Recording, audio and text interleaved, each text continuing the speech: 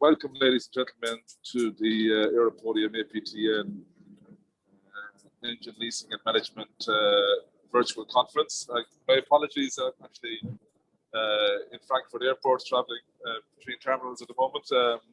Taki will be on board in a minute, but don't want to waste your time. We want to get going, and Jan William is our first speaker. And Jan William, if you're ready to go, we'll kick off the proceedings for today.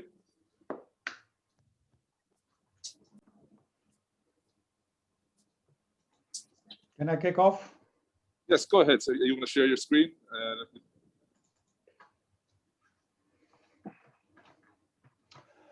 Okay, thank you very much for the introduction, Taki, and also for putting me first, because I got another meeting at 3:30, and that means that just before 3:30 I'll just switch off. And, sorry, question? Go ahead. Yeah, let's start with the mute. What I want to discuss with you in short is something about engine overhaul contracts or agreements. As you may know, I have been working in KLM for a long time. Okay, go ahead, sir. Yeah.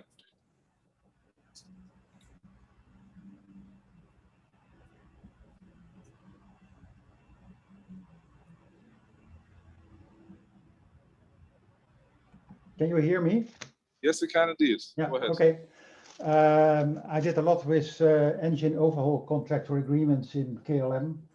And since I left KLM, I'm in the consultancy business and also have to do with engine overhaul contracts for different airlines. I will run through it. And of course, this is the disclaimer about this presentation, but that is of course legal. I suppose, Taki, that you will send it to all participants, the presentations. Yes, I will, yes. Thank you. And so I'll just go into detail with some, well, interesting things about these contracts. First of all, just speaking about the philosophy, the point is, as an aircraft gets older, the greater percentage of the value is represented in the engines, not only the engines, by the way, but also the landing gear. Those are the most valuable and precious parts, as you call it, in an aircraft. I'm doing also as a legal advisor to a dismantling company which dismantles aircraft. And what you see is that you often can buy an aircraft for dismantling, but you see then that the seller is always wanting to have the engines back because they sell them themselves, or they use them as a spare for other aircraft that they still have a use. At the moment, there's a lot of spare aircraft, 747s, after Corona outbreak in March 20. And that means also a lot of engines of different types, by the way. Could be General Electric or Pratt & Whitney or Rolls-Royce even. But then it is important that you overhaul these engines, which are, by the way, often leased and not owned by the airline. And that is something probably that Patrick will tell more about. And they are then taken back, but they ask then for a good overhaul of these engines. You could put back the value into the engine by repair and overhaul, and you could do that, of course, when the engine is still used up to its maximum or halfway or whatever. And that is also important for the fact that when you are going to sell this engine or the parts of it. also parts or the components of engines have a certain value. And if you can show by back to birth history that you have well maintained them, then value gets higher. Maintenance value also includes the value of life-limited parts and time before overhaul. There are a couple of things to be told. There are a couple of contracts. I will come to that, but just to give you an idea about the costs, and these are not in fact costs of this year. This is, I think, about 2 years ago. But an engine overhaul for a 737-800 or max probably is about 3.1 million US every 20,000 flying hours. For an A330, which is about 300 seater, it costs about 7 million for every 24,000 hours, or 8 million for an Airbus A350 or 787 Dreamliner engine, and 9 million for 20,000 hours for a 777, and 10 million for a 777-300, the extended range and the extended Boeing 777. Of course, most important is, of course, for the 747-400, about 4 million for every 18,000 hours, and 7.5 million for every 25,000 hours for an A380.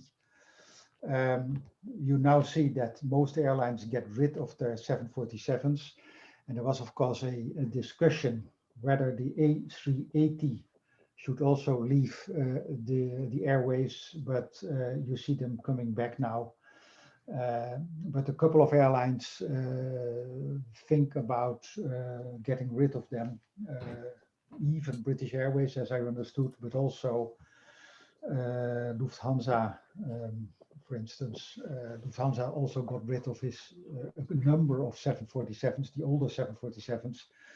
They still have the 747-800, which is not so in big quantities produced, but also with engines that they have to maintain and overhaul every 18,000 hours. And that is where the costs are. And if you're speaking about COVID-19, etc., you can imagine that they want to get rid of these aircraft, especially, of course, 747. I made my last 747 flight a year and a half ago when returning from Curacao, and there were a lot of tears on board, I can tell you, from the crew, because they realized it was their last flight on the Queen of the airwaves. How can we maintain the engines? There are different contracts or different agreements for that. First of all, you could think of total care agreements. That means that the total fleet management, and then fleet in this case is engines, is taken over by the maintenance organization. That also means that they monitor trends. What is the trend of each engine? Is it going to use more fuel or more oil, etc.? And that means that they can give a prediction when the engine has to go off wing. And if the airline wants to then use the aircraft, then they have to get a leased engine on it to get the aircraft again on the air. Spare engine support they can deliver, and that is in fact all being done by an MRO, the Maintenance and Repair and Overhaul Organization. That is the first contract that I want to share with you. The second one is the power by the hour. That means that you that the airline provides a budget and in fact gives that to the MRO for every hour flown by the engine. And that means that when the hours are consumed, the engine comes off wing and will be overhauled. And That means also that the aircraft may have a better value and liquidity when it is comes up to sale of the aircraft, power by the hour. A more simple contract is a time and material contract, and that means that the customer, read for that the airline, only pays for actual cost of labor and materials, and for a defined scope of maintenance or repair work. And this type of contract offers, in fact, high levels of transparency, scalability, and flexibility, but gives customers optimum control over the costs. So it depends very much on the airline, what they want, maybe the total care, maybe the power by the hour, or the time and material contract.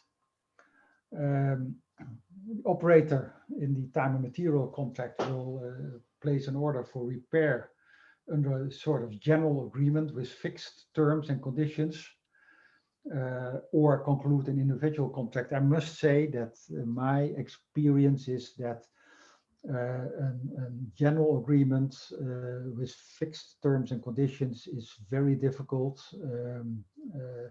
It usually comes, if you start with a general agreement, you always make changes in that to make it more individual, and that could be in the time when the engine is out of order and being repaired. How much time do you need for that? To all sort of other issues that will probably come back later.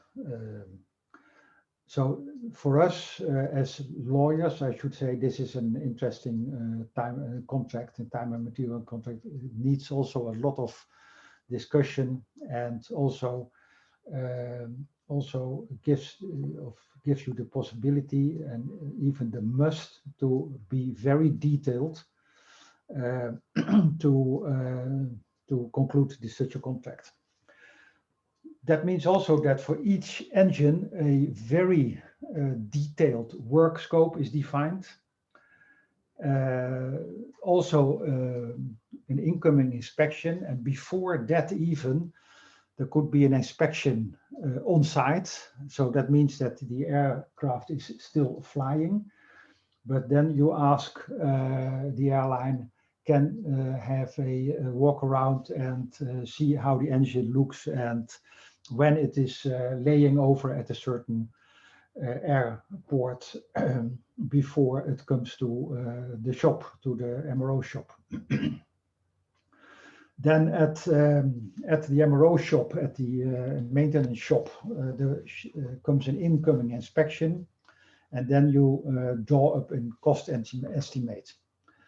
And that means also that you have to inform the customer, the airline, in fact, every day what is happening, what you find. You cannot always say that you're going to do that and that work, because if you open parts of the engines, for instance, or get parts out, and we have had that we took parts out and they were rusted or not usable anymore. You couldn't see that from the outside.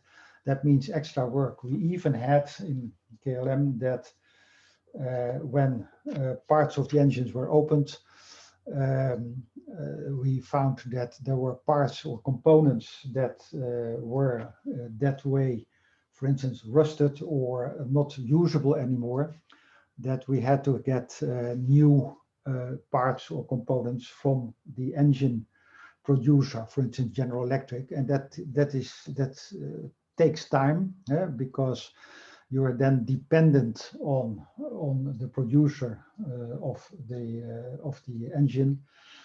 For instance, what I say, General Electric or Pratt & Whitney, etc. And that means that they should have this part or this component on the shelf, or you have to wait. And that means also that the time that you have computed for overhaul of the engine could run longer and should be extended, with all the costs related to that. And that means that you have to put that also down in your contract. You said, okay, if we find that and that, we must go back to the producer and the manufacturer and find a solution. We have that also had with aircraft. We once had in KLM a 767 aircraft, and when we opened certain parts below deck, we found rusted parts, and we said we cannot repair that because we're not allowed to repair that, so we have to wait for Boeing. And the airline then said, I'm not going to say which airline that was, said, okay, close all things and we take the aircraft back and we find another solution. And of course, at that moment, you say, okay, that is not allowed. We have now opened this, we have seen this, and this is not, this is against the rules if we now say, okay, this aircraft is airworthy, because it is not. The same could apply for engines. What about the engine overhaul contracts or agreements in general? In fact, the contracts, what I already said, are very complex, and they are different. They are open for interpretation and for discussion. And I have a lot of experience with that, and it takes a lot of time. And when you finally close the contract, you will see that you still have, well, not sleepless nights, but have also, did I organize that well? Did I put that down correct in the contract, etc. Apart from that,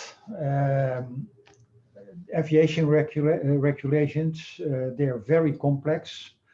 Not only national aviation regulations, but also regional, as I call that.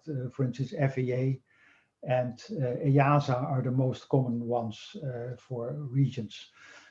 I say regions because, for instance, in Curacao, where I also work, they look often to FAA. In the Netherlands, we look to EASA, but also, for instance, in India, as far as I know, they watch out what EASA does, and they follow the EASA rules. And you know what the difference is between FAA rules and EASA rules. EASA rules are more complicated, also more detailed, in my opinion, also more modern. FAA is more, well, vague is not the word, but more general and easier to handle, by the way. But that also comes back in your engine overhaul contracts. Then what is often a big problem, and my colleague in my small consulting company often has to do with it, is the traceability of data, external and internal, in different systems. Often airlines cannot find back their data. And that could be even easy data. What is the back to birth history of the maintenance of an engine? Or, well, more detailed questions that they cannot find back in the system. And apart from that, the integrity of data and the accuracy is also very important. And you see there a lot of difference between airlines. Some airlines are very accurate, and other airlines are not, and that gives a lot of discussion, etc. Apart from that, you have stakeholders and many parties involved in this whole process, and I made a small overview, especially with leased engines. There you see that we have different players. You have, of course, the lessor of the engine, plus its consultant, plus the Foreign Aviation Authority. You have the lessee, and that is the operator of the airline. They have their internal expertise, and they also have to do with their own aviation authorities. And you have the MRO, the maintenance and repair organization. And of course, there is a service level agreement between the lessee and the maintenance organization. because often the lessee of the aircraft is also responsible for maintaining the engine. However, the lessor, in its lease agreement between the lessor and the airline, is also giving rules and regulations how to maintain the engine. And of course, the lessor also has a direct link to the overhaul organization, because they want to know what happens and what the overhaul organization has found during overhaul of its engine, because the legal ownership is still with the lessor, and the lessee is only possessor, as we say that in Latin, and uses the engine. So this is a nice picture of the different these different stakeholders, what you see during lease of engines. What about the contracts? What I put in here, because of time limitation, I put only the main subjects. I can easily give backgrounds on this, but that takes about 2, 3, 4 hours, and I don't have that time, and nor has Taki. So what I has written down here are in fact the subjects that you will see in engine overhaul contracts, and what I had to do with when I was a long time at KLM maintenance organization. Of course, the definitions, very important definitions. In fact, one of the most important parts of a overhaul contract. What do you understand by, etc. And the scope of the contract. What is the scope of contract? Standards and procedures. What are you using? What procedures are you using as an overhaul company? Very important, commencement, duration, and end of the contract. And there you have to build in some extra time if you find during the overhaul certain events that have to be repaired and that you couldn't see before you closed the contract. Often you see that there is a penalty in certain situations that the airline puts on the overhaul organization if the engine is coming back too late. At the other side, we also had that we, as KLM, delivered an engine earlier back, and then you have the other way around. But I can tell you that is also an interesting discussion with the airline, because then we say, okay, you got your engine earlier back, so then you got a negative penalty. But that is also interesting to discuss.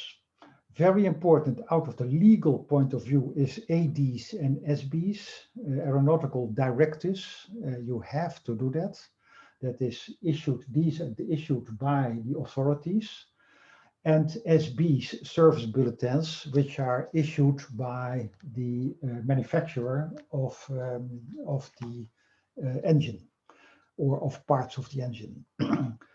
Especially the ADs, aeronautical directives, are very important to follow. And usually you say to the lessee, if he delivers an engine to the overhaul company, you should also give me a list of ADs, what has to be included in the overhaul of the engine. Liability and insurance is a different story. I can tell you a long time about that. We don't have the time for that. But liability, especially if the engine is still legally owned by the lessor and possessed by the lessee, gives all sort of problems, apart from the fact that also the overhaul company has a certain liability. For instance, engineers in an overhaul company sometimes are only allowed to work on certain parts of the engine.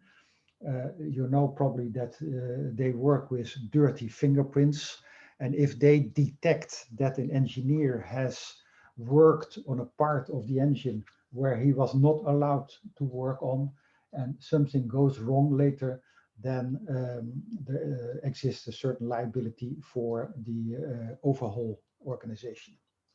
Insurance, well, in fact, is the logical follow-up of liability. Force majeure is something what is very important. What happens if your technical staff is going on strike for a week, and that means that you run out of your time? Is that force majeure or not? There is, of course, a lot of jurisprudence on that.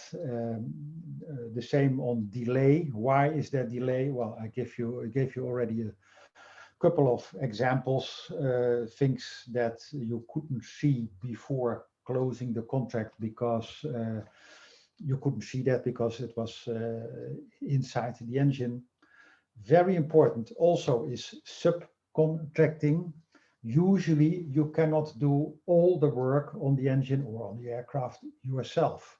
That means that on certain parts or certain components of the engine, you have to subcontract that to a specialized company. That is often okay by the airline. However, they want to know what you are going to subcontract and to whom you're going to subcontract. And also the fact that if something goes wrong with the subcontracting, there is of course a legal issue of liability. I can tell you also issues about that an engine stopped, and in the end it appeared that the part in the engine, a very small part, was subcontracted and maintained by another organization outside KLM maintenance. And that meant that you also I had also to investigate what happened with that. I said, how was it packed when it came back? Did you throw with it? Did it fall? No, okay, give me a report on that, etc., and so on. So subcontracting is very important. Title and risk, I told you something about that. The title of the engine often stays with the lessor. Risk is a different story. And parts replacement. What happens if parts in the engine have to be replaced? What happens with the ownership of that part? What happens with the ownership of a new part? That has to be described in detail in the agreement. These, ladies and gentlemen, are in fact the main subjects in the contract. There are some other subjects, customer support manual. You have to draw up a specified customer support manual. You have to speak about documentation, incoming conditions, engine performance tests. Often you ask, can we run the engine before we bring it to the engine shop or the overhaul company? Quality insurance, very important. That is also where the authorities look at what is your quality assurance. Delivery and redelivery, turnaround times, TATs, I told you about that. Of course, invoicing and payments, taxes, very important, and dispute resolution and applicable law. That is something that I had a lot of discussion in particular countries where they want their specific law. I said, well, let's not do that. And what you see is that English law is often applied. And of course, when you have a Dutch overhaul company, you always start, okay, let's bring it under Dutch law, but it's not always accepted. You often see English law. If you have US law, it is what I think the law of the state of New York. It's a commercial law, is probably the best to put in your agreement. Ladies and gentlemen, I could go on for hours, but at this time starts another meeting for me. Unless you have any questions, I would like to thank you very much. And if you have questions, well, you could probably write it to me or mail it to me. Thank you. Jan, thank you very much, Jan. Great experience, obviously, there with the shop in Amsterdam with KLM. Just wondering, have you any experience recently with shop visits during the COVID period in terms of trying to manage them? I know a lot of lessors out there would find it difficult to travel and see their engines for a tabletop inspection. Have you seen any good solutions for that with any of the engine shops you deal with? No, I don't know what happens to KLM at the moment, because I'm not working at KLM anymore. But what I understand is that the work just went on, and I don't know in what way, but in fact, the maintenance organization of KLM is one of the more interesting, let's put it this way, parts of KLM. Thanks for that. Any other questions from the audience for Jan before he heads off? All right. Thank you very much. Good luck with the rest of your webinar, and I'm well looking forward to the sheets of the other speakers. Thank you, Jan, and Thank we'll pass on any questions. And thank you. So we'll move on to our next speaker. Trish Gray is well known in the industry over many years, having worked with British Midland and currently working as the owner of TGIS. And Trish, welcome to the webinar. If you're good to start, share a screen, I'll hand over the reins to you. Okay, that's great. First of all, thank you very much. Can I just check, can you see the screen, my presentation? Yes, I can. Yes, there's a very clear picture of a plane in the sky, as we like to see. Doesn't happen too often now. Yeah. Right. So go ahead. First of all, I'd like to thank Ava Podium for hosting this conference and for you, the attendees, for joining us with these presentations. My presentation today is about engine lease transition management. We find sort of like, certainly within our group, we're finding that opportunities are missed to ensure a sort of like on time and a cost-effective lease and lease transition. So hopefully we'll give some pointers and guidance during the course of this presentation.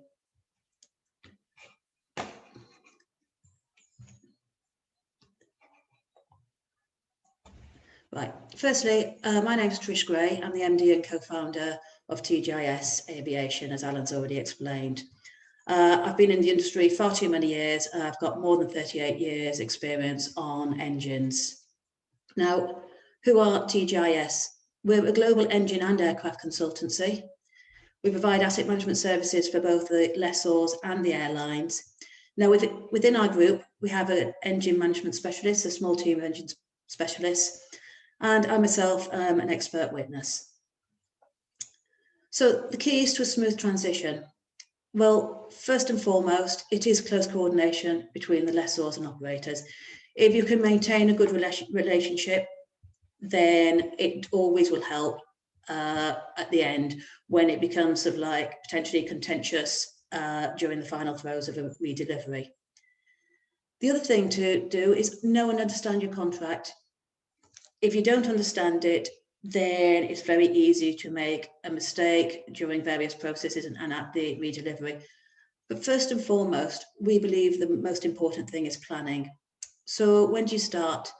Our recommendation is to start before delivery. So when you get that LOI, then take the LOI and look at redelivery from that point on and every single stage of a lease going forwards. Now, transition management, we're going to cover three areas. We've got the commercial and contractual, records, and the physical condition of the engine. Now, different phases of a lease have different priorities, and I will cover the relevant ones at each phase that we cover during a lease period. So prior to delivery, contract is the most important. First of all, take the LOI, take the lease, and look at the length of it. Look at where an engine shop visit will fall within that lease period. Because what we need to do is avoid handback shop visits. These are costly and they will increase the operational costs of an airline in both dollar per hour and dollar per cycle. So just want to give a brief example on very, very simplistic models that we create. And apologies if this is not quite as clear as I wished it to be, but we've got an engine here that is come from a shop visit. It's going to be delivered to a new airline in this month. We're predicting on this engine an MTBR, mean time between removals, of 25,000 hours, and a time between removals of 8,000 cycles. And that will depend on whichever comes first. So that will depend on the utilization and the stage length. So we've got some assumptions here to make our model and to demonstrate our model. Now, within a 4-year lease, which is what we've got, we will fly 20,000 hours, 4,000 cycles. But we have a redelivery life remaining of 6,000 cycles. So within our prediction, we've got 5,000 cycles remaining at the handback of the engine, and it will fail redelivery conditions. Even though it's got 20% of the predicted life remaining, it will fail the redelivery conditions. So a handback shop visit would be expected at this time. So if you're in this scenario, then we would recommend that you actually work out what the costs are related to this early handback shop visit. So we've got a reserve fund and we look at the engine costs. What is actually in the reserves? Now, this engine is coming to the shop 5,000 hours earlier than predicted. The reserve fund will be short by 20% of what would be anticipated. So if the hourly rate was $150 an hour, you've got $750,000 shortfall just in the reserve pot alone. And if you've got 2 engines, so you're looking at a $1.5 million hit just because you're doing a handback shop visit in this scenario. So you look at the qualifying reserves. What can you actually draw down on from the reserves? Are they modular reserves? Have you only got access to the hot section because that's all you carried out? So even the reserves are not fully available to you. And similarly, you're bringing in the engine early. There's not enough life on as much life on the LLPs. The majority of contracts do not cover stub life on LLPs. That again is another shortfall to be picked up by the airline. So we look at this, and it is our experience that frequently a handback shop visit will actually add millions up to, it can, worst case, I've seen it had $8-9 million to the cost of the operation, just because you have these shortfalls and the way it's structured. So if you're in this scenario, what would we recommend you do? Well, the ideal thing would be to see if you can reduce this life remaining on handback conditions. Now, in this scenario, when you're flying 5,000 hours a year, you're already, the lessor is accepting an aircraft back with only just over 1 year's flying available. So there's a good chance that the lessor would not accept a reduction to the redelivery conditions. So alternatively, if it fits within your fleet and your fleet profile, then you could always look at a lease extension to 5 years. If you run these aircraft to 5 years, in our prediction, we will have 0 hours remaining to next shop visit. All of a sudden, this becomes a naturally arising shop visit. You will have that extra $750,000 within the pots. So just looking at your lease, it can improve your transition situation. It can reduce your cost of ownership of those engines during your period. So that's why planning should be for redelivery is critical at this stage. So moving on to the delivery, we've got the engine records. So increasingly, we're finding engine records being reviewed remotely by teams of specialists such as ourselves. Now, the reason that people do this, and we recommend it, is there's a lot of idiosyncrasies with engines. By giving it to an engine team, you do get the people who know these idiosyncrasies. So for an example, a classic one, which we find regularly, is the CFM 56 has a remove and replace life on the HP turbine blades. Now, this life is designed to match with the profile of LLPs.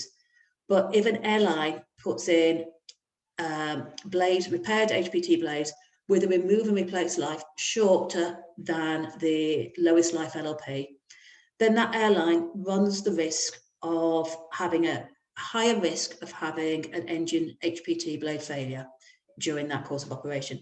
The other key thing is, if you have an engine and you overrun this remove and replace life, CFM are very, very clear that no warranty will be applied to the engine, because even though it's a recommendation, it's been ignored.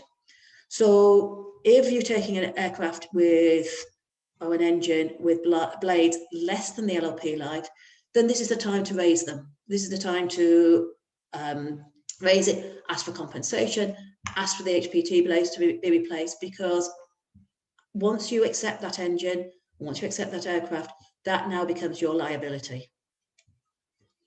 So the other thing is the filing system. Have you been presented the records in a coherent way?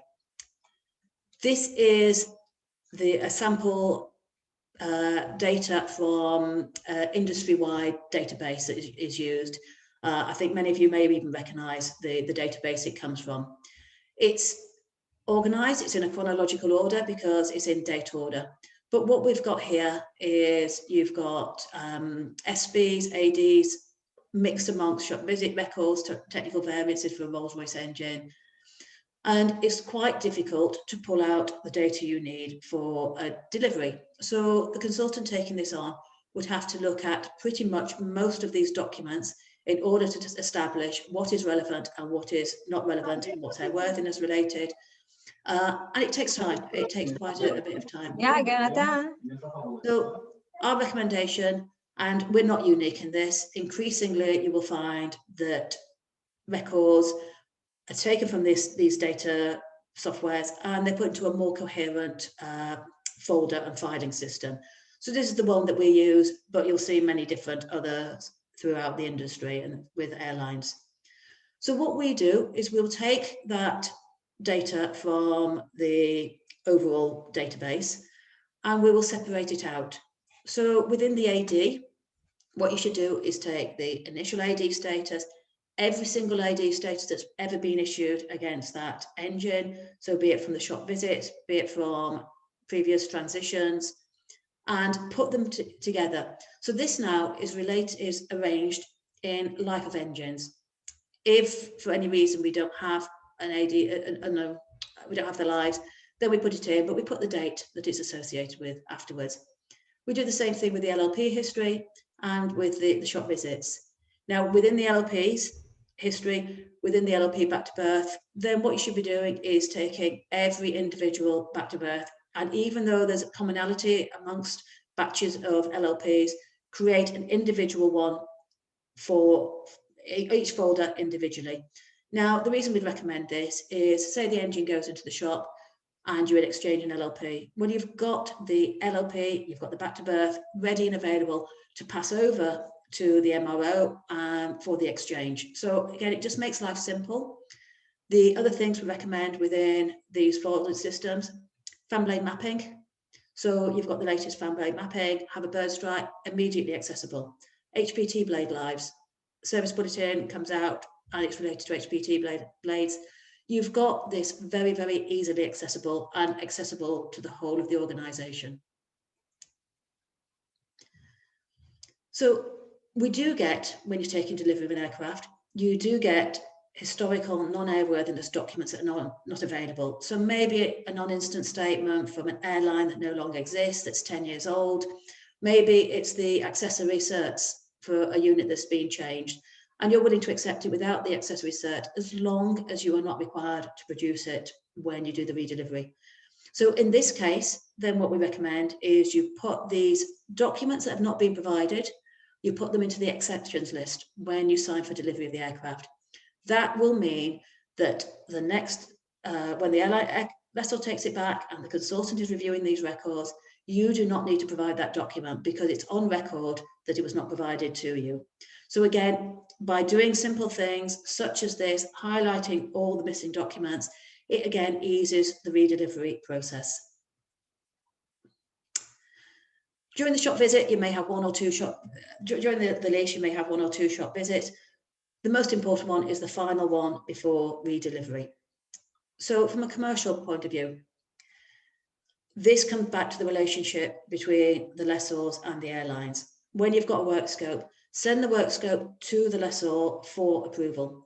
Now, there's two reasons for this, because if you're claiming reserves, then you need to qualify for reserve drawdown so you can get access to that money once the engine shop visit is completed. If you are on a settlement fee basis where you pay for the shop visit within the airline and then there is a settlement fee related to the time since last shop visit, if you have not performed a work scope that meets the lessor's requirement, then they may say that the LPT hasn't had performance restoration, and they might request money right back since new for compensation for the life of that LPT, even though you've been in there, but you've just fallen quite short or marginally short of the definition of a performance restoration. So make sure that work scope is agreed, and as I keep saying, it will avoid complications. The other reason why we recommend talking to the lessors is the airline may only have a requirement for a 6,000 cycle build life on the LLPs, but the engine might fly a further 3,000 cycle before that redelivery, giving an engine with 3,000 cycle remaining on the LLPs at redelivery. Now, maybe within that engine, when you're at the shop visit, a lessor could change and replace some more LLPs, say some 8,000 cycle ones, and increase that build life, the subsequent life of the engine through LLPs to say 8,000-9,000 cycles. This will allow the lessor to have a more attractive marketability of the aircraft if they're intending to sell it, if they're intending to release it. So give the lessor the option to do this, obviously at their cost, but it does create a good relationship and it will improve the asset value of the engine. So this comes back again, my mantra, it avoids potential issues at redelivery. Right, the shop visit records. Firstly, if you're going to put serviceable back to berth, serviceable LLPs back into the engine, then get the lessor to approve the records at the time before it's even installed in the engine. If you don't do this and the paperwork does not meet with the lessor's requirements, which are often stated within the contract, then the lessor has the right to either claim compensation for those LLPs if they're non-airworthiness related, or if they feel they are airworthiness related, then they're in their right to ask for the engine to go back into the shop and for that LLP to be replaced. Getting it approved before its installation is the easiest way to clear that as an issue. Post-shop visit records. Make sure these are reviewed. Do they meet the redelivery conditions? So does the engine, once the records come back out, have they met your requirements in terms of build life? Is the EGT margin on the test bed sufficient to fly on and meet those redelivery conditions? Shop visit DFPs, they will be asked for by the lessor. Now, it's increasingly shops are providing those automatically, but there's still many shops out there that you have to request them and they have to be scanned and then sent to you. It is a lot easier to do that now when the records are still sort of like readily available than in 4 years' time, say, when the records have been archived. So ask for those documentation now. ADs and critical SBs. You may have requested them, but check that they have been installed. I mean, I know I've been in the industry a long time, but I have encountered two occasions when we've had to return an engine to shop because an AD has been missed, and one occasion very recently when a critical SB had been missed. So do check it, make sure, because if you don't check it now and there is an error, you can guarantee things like this will be picked up at the redelivery. Now, my view is that if you follow this sort of like procedure and you're sort of like regulated in the way you do this, then there should be absolutely no issues and no problems at redelivery. It is 100% avoidable. So now we come to the redelivery. Firstly, lessors and airlines should be working together a minimum 6 months prior to that redelivery. Now, the main area is the physical condition of the engine. So look at the engine condition against the redelivery terms. Does the trends and EGT margin, do they have sufficient margin to meet the hours and cycles remaining, or the published EGT margin that might be published in a contract? Boroscopes. Do a full front to back boroscope about 6 months before the redelivery. And the reason you do this is typically during the course, in fact, pretty much all engines, the MPD only requires the engine to be boroscoped, the combustor, HPT nozzle guide vanes, and the HPT blades. So unless there is an operational problem, then the compressor is typically never inspected between shop visits. Now, this is the area that picks up fog, it can pick up gravel. So it is very, very, very usual to find some sort of impact damage, maybe cracks in the blades. Now, these can be repairable by borough blend. And if you've got CFM 56, it could be repairable by a top case removal. However, if you've got a PW engine, IE engine, Rolls-Royce engine, it will require a shop visit. If it can't be borough blended, it will require a shop visit. So the LLPs, does the cycles remaining meet the redelivery conditions when you flight on for those 6 months? So the reason for the early inspections is you have to allow time for a shop visit. Now, maybe not so much now, but certainly a while ago, slots at shops were a premium. It might sometimes take 6 weeks, 2 months just to get a slot to get the engine into the shop. Then you've got the turnaround time of the engine. So if you do not allow sufficient time for that shop visit and the engine is not back when the aircraft is due to be redelivered, then there's 2 options. Either the delivery of the aircraft is delayed and the penalties associated with that, or the airline will have to take on a lease engine at their own cost or allocate another engine to the aircraft for it to go to the next lessee, and then the airline will have to pay for the engine to be removed and returned. So it's a very costly exercise to leave these shop visits to the last minute. So pre-planning, working early together, it means that the last minute shop visit can be avoided. We can't predicate for the bird strike or some other issue that goes on with the engine, but at least you've minimized your exposure to the last minute events.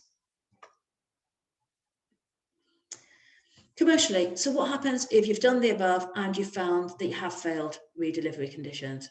Well, rather than start immediately looking for a shop to put the engine into, speak to the lessor. The lessor will have plans for the aircraft. Now, if it's going to the next lessee, another lessee, it's highly unlikely that they'll be willing to compromise on the shop visit because they will need the engine to meet the delivery conditions for the next lessee. But if the aircraft is to be sold, if the aircraft or engine is to be parted out, then you may find that the lessor would actually prefer some cash compensation than a fully overhauled or refurbished engine. So this might actually be a mutually beneficial situation for the lessor and airlines. So first thing is, in the event of a failed redelivery conditions, straight to the lessor and ask them if there's any compromise or any negotiations that can be done. So redelivery records. With early planning, any records that have been generated during the course of the lease, it gives an opportunity for them to be updated, to be reviewed, and to be scanned. Any missing records that you have, then they can be found on wing and ADs and SB work cards. They can be located. Now, the thing to remember with engines, engine records are complex because the engines may have been installed on several different aircraft during the course of the lease. So it means that the ARC for the installation of a component or the work cards for the ADs and SBs may not actually be with the pack that goes with the aircraft that you're returning. It may be on a different aircraft. So you've got to go looking for these records through archives for other aircraft. So all of this will take time. In order to get the most easiest sort of like on-time deliveries is to have all these records ready and waiting for the consultants when they come in to start the process. Don't have them drip fed throughout the process, because if questions come up, you run out of time to address it without impacting the return of the aircraft. So remember this database that we showed at the beginning?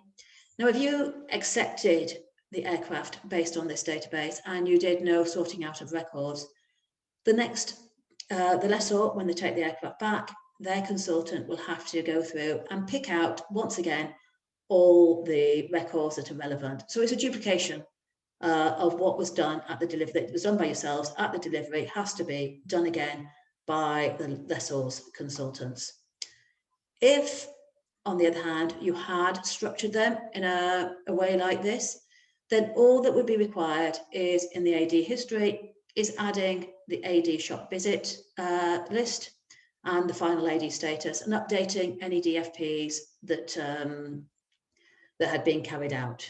Similarly, for the LLP history and for the LLP back to birth, you would just need to add the final LLP sheet and the non-incident statement and any other relevant document to each of those each of those LLPs.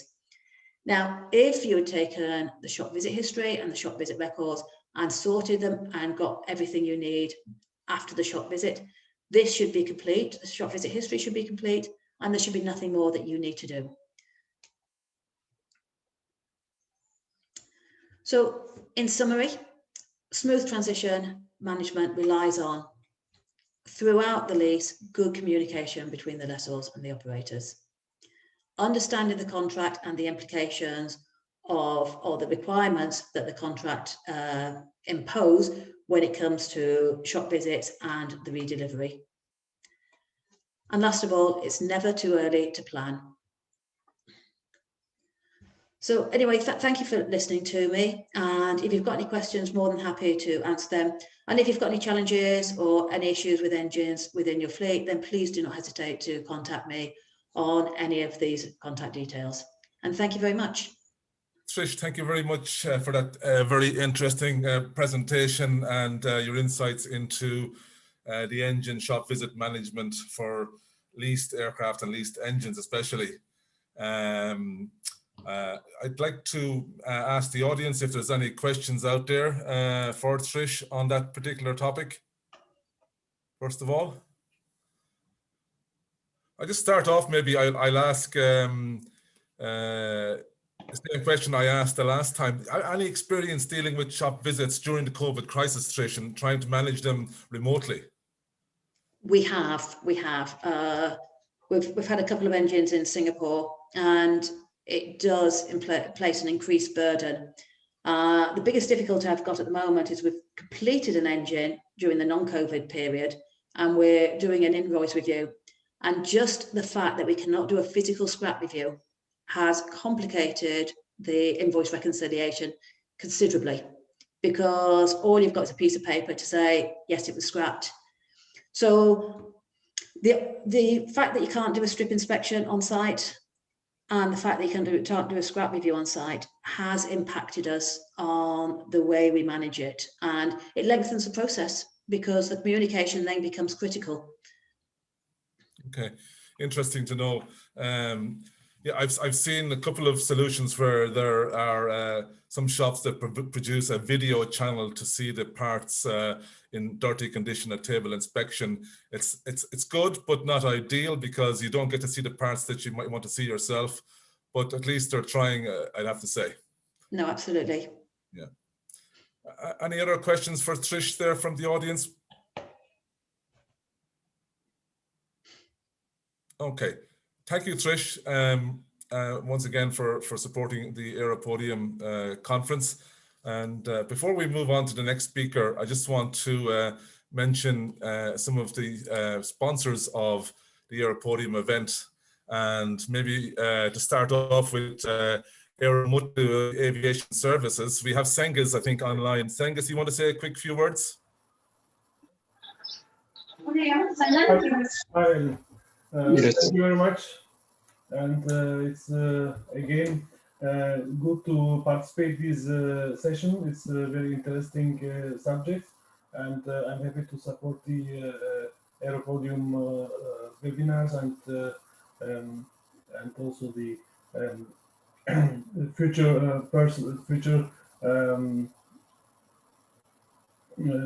events which we can be together again. And I wish a good session today, and thank you very much. Thank you, Cengiz. Before we move on, I see one question coming in on the chat forum from Michael Haza in Brazzaville in Congo. He's one of our APTN members.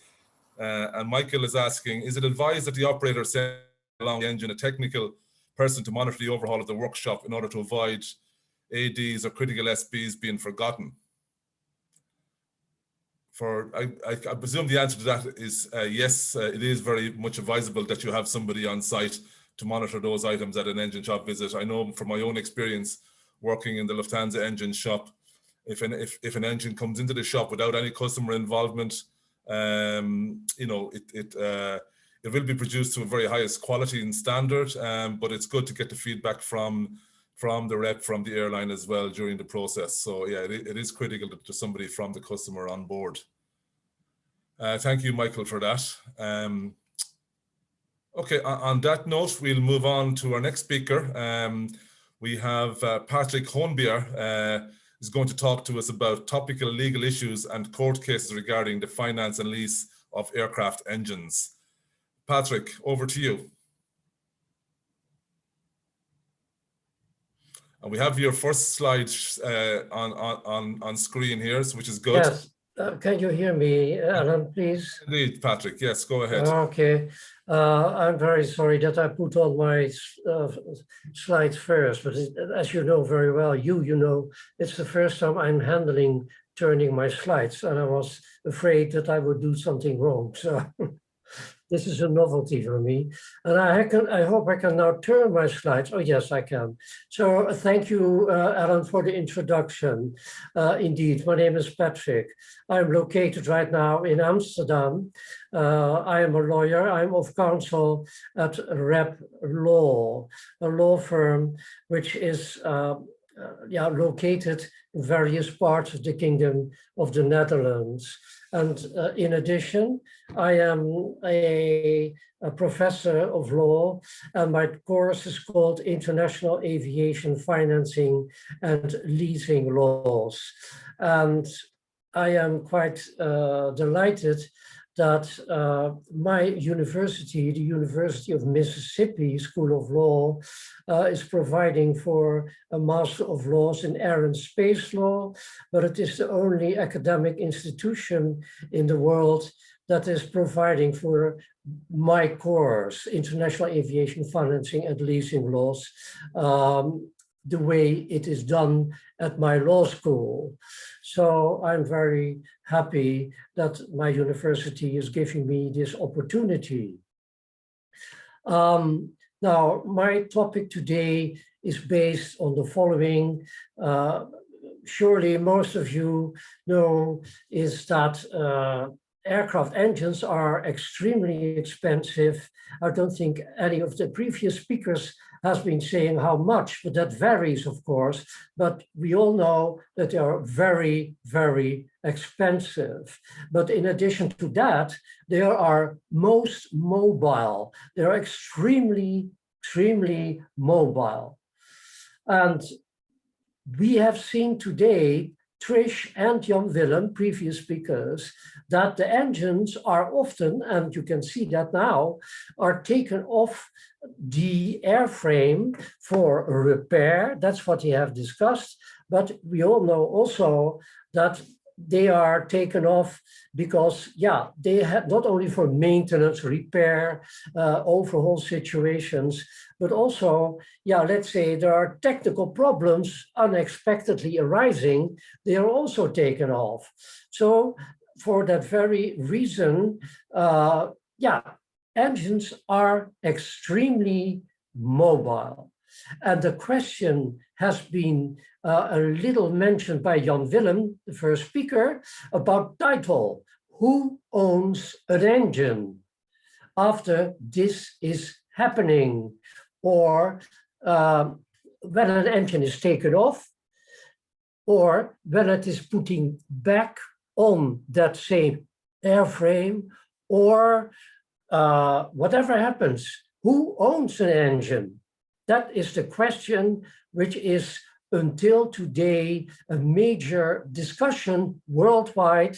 Who owns an engine? It started, by the way, already in 1931, when a long time ago, an answer was intended to give to this question, 1931. Small aircraft, small engines, but already in those days, engines were expensive, easily taken off, swapped, switched, etc., etc. And then already was discussed the question, yeah, but who owns those engines when they are attached to an airframe, let's say an aircraft, when they are attached to it and when they are taken off, and then not put back on that same airframe, or yeah, etc., etc. There are many scenarios. What can happen to an engine? And until today, this is a major discussion. Let's see now if it is really that bad, because maybe many of you never heard of this issue. If you take off an engine, like has been discussed today, but it is not put back on the same airframe, for example, a leased engine, or an engine which you own, but you don't put it back on that airframe, is it then still owned, or is title shifted from party A to party B? That question, is that now really going on in the world? Is it creating difficulties? Now, what does now legal people who are supposed to know something about this, what are they saying? Actually, this is what we call the doctrine of accession, legal theory of accession. If you attach an engine to an airframe, does the ownership shift to the owner of that airframe, of that aircraft? This, by the way, this title issue is only as bad in regard to engines. So not, for example, it concerns APUs or landing gear, also very expensive, or the electronics on board, or the entertainment equipment. No, it only concerns until today engines. All right. Now, does that doctrine of accession, title shift theory apply, yes or no, to engines? Okay. What do they say in practice? They say, for example, security rights, mortgages on engines may be enforceable in one jurisdiction, but not in another. Okay, that is true. But they also say the various scenarios discussed, yes or no title shifts, invariably describe a lawyer's paradise, which is, as we all know, synonymous to a client's depression. Because if an aircraft engine owner, a lessor, is leasing its engine to an engine lessee, and it knows from the beginning that when it does so, and that engine is attached to that airframe, and the airframe is owned by somebody else, is it then losing its ownership?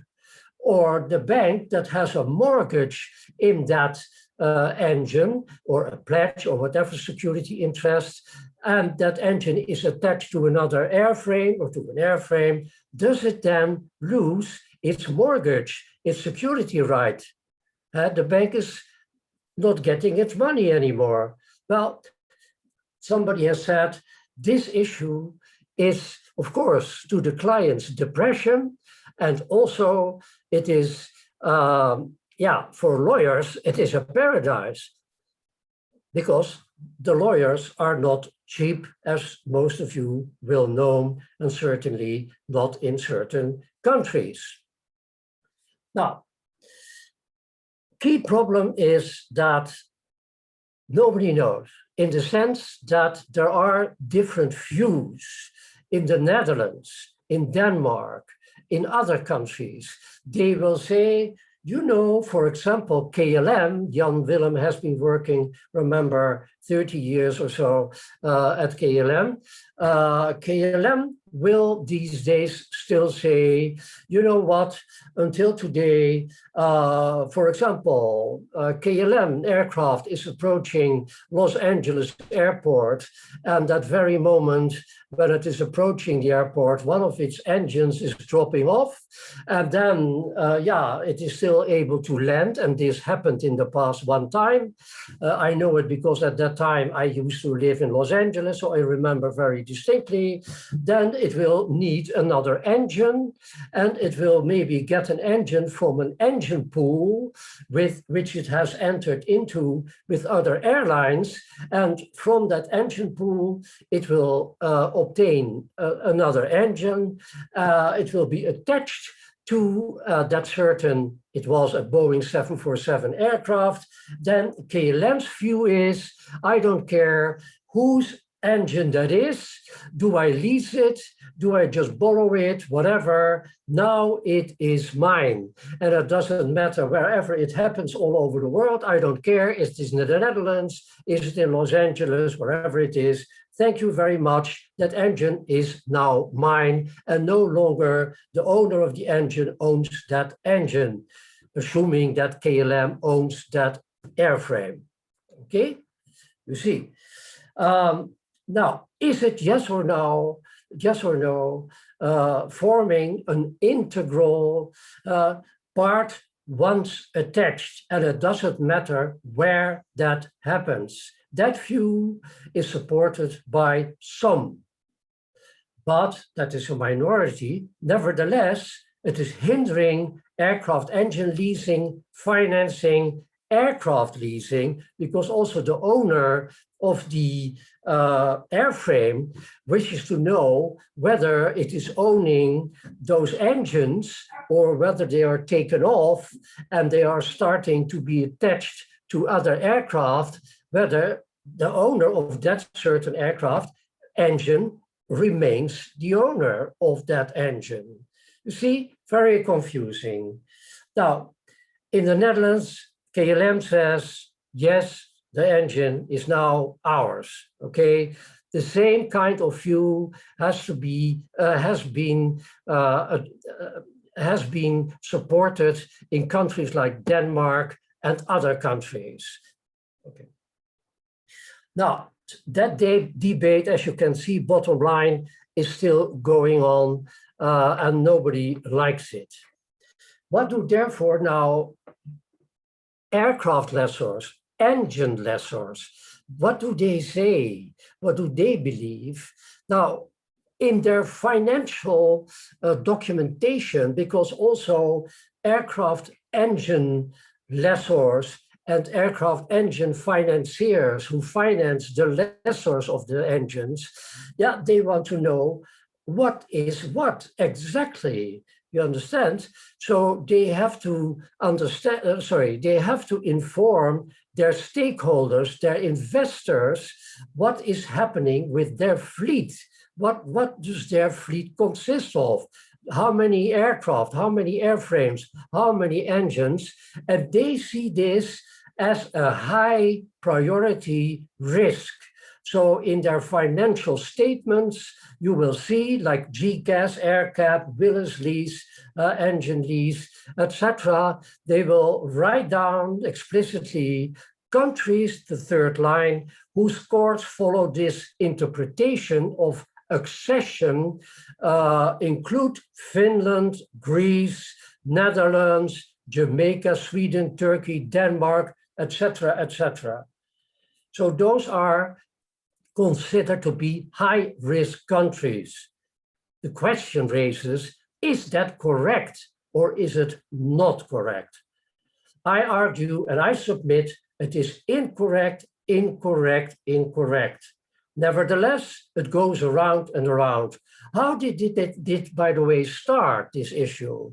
It started, unfortunately, a fellow Dutch lawyer in 1992, around that, came up with this idea. I think it was him. He came up with the idea of title shift of aircraft engines. It doesn't matter where that happens. Title shift always, always, always. Unfortunately, it was a Dutchman. This was taken over by other lawyers in the Netherlands and outside the Netherlands.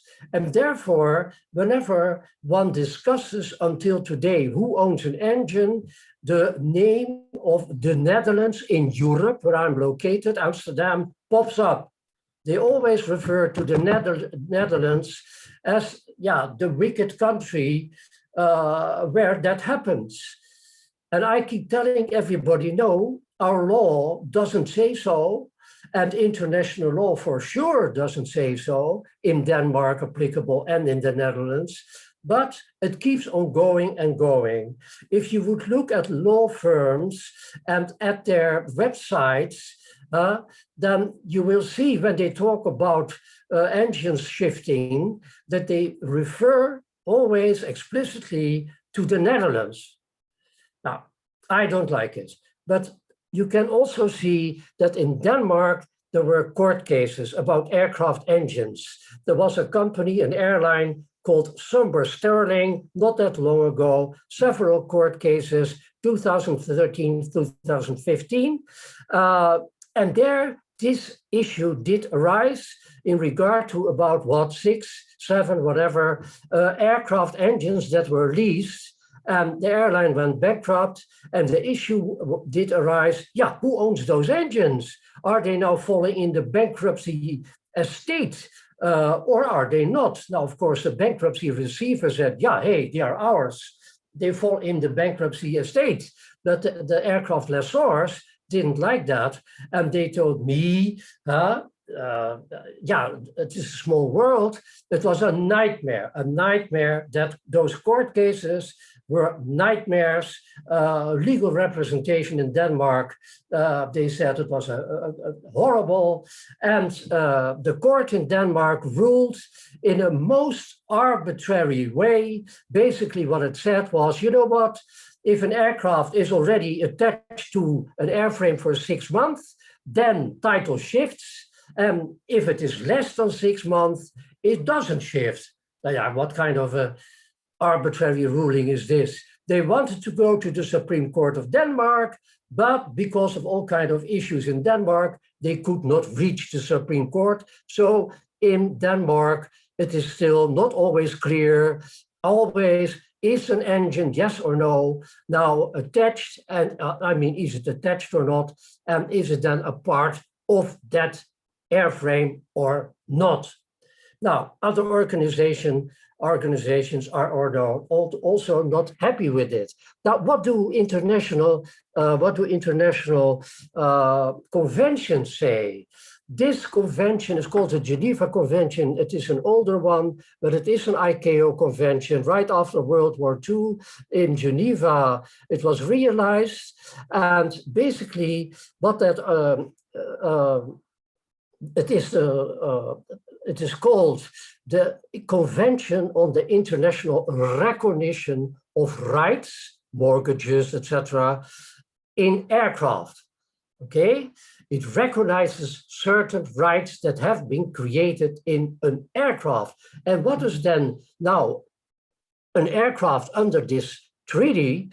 Well, basically what it says is that engines, you can see it, read it later if you've got the time, airframes, engines, and any other articles intended for use in that specific aircraft,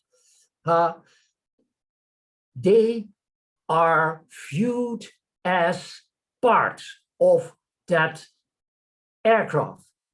You understand?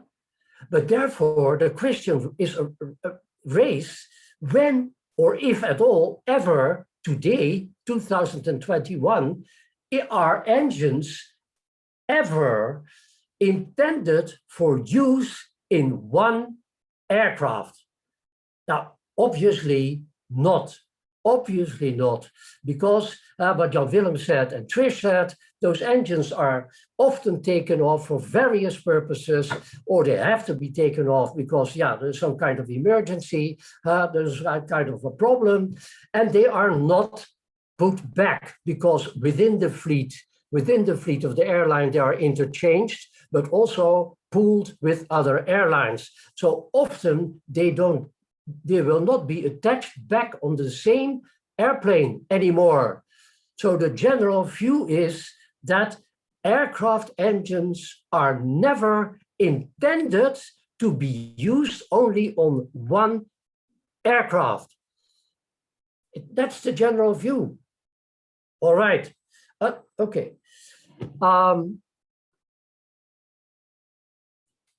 For example, another thing is there are spare engines, right? Spare engines. They are in a warehouse. They are waiting to be used, operated by an aircraft. So in that situation, spare engines are not yet intended to be used in a specific aircraft. But as soon as they are intended to be used in a specific aircraft, they don't have to be installed on it yet, but they are reserved for that aircraft because that aircraft needs all of a sudden, like in the situation I described in Los Angeles, all of a sudden it needs that engine. So it is intended for use in that aircraft. You might argue, is it then intended for use in that aircraft? Yes, it is intended for use in that aircraft, but not solely for that aircraft, because it will be taken off again and then it will be switched to another airframe.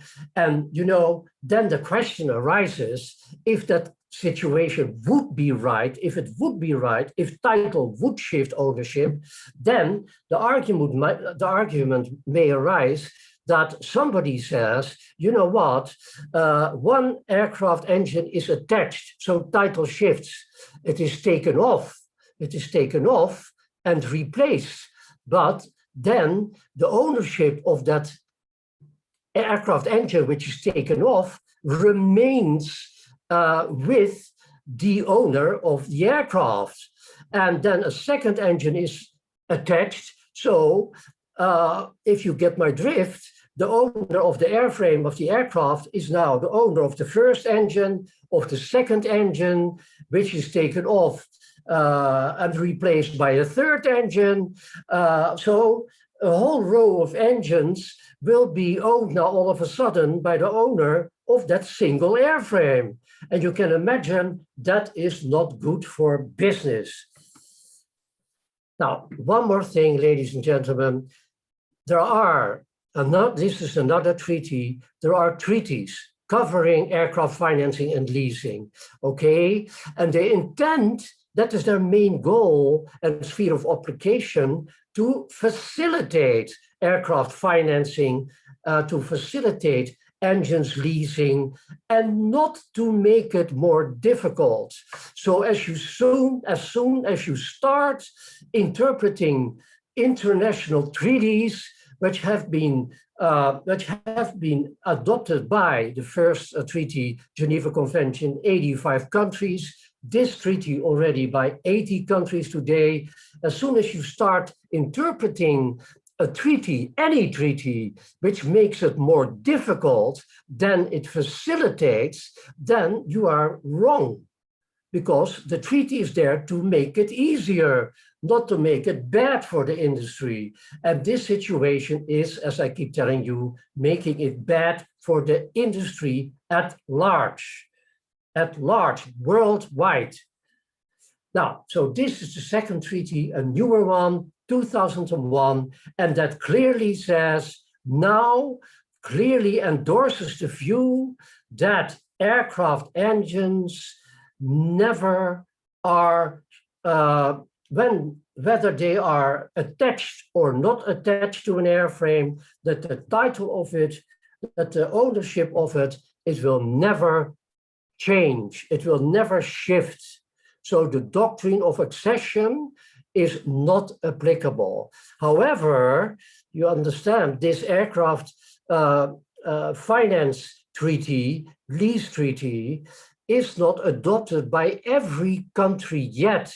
As I said, 80 countries adopted it, and also the European Union has adopted it, but not every country yet. And another situation is that some countries have adopted it, let's say in 2008, but there are agreements, aircraft lease agreements, aircraft engine agreements possibly, that have been entered into before that certain country adopted that treaty.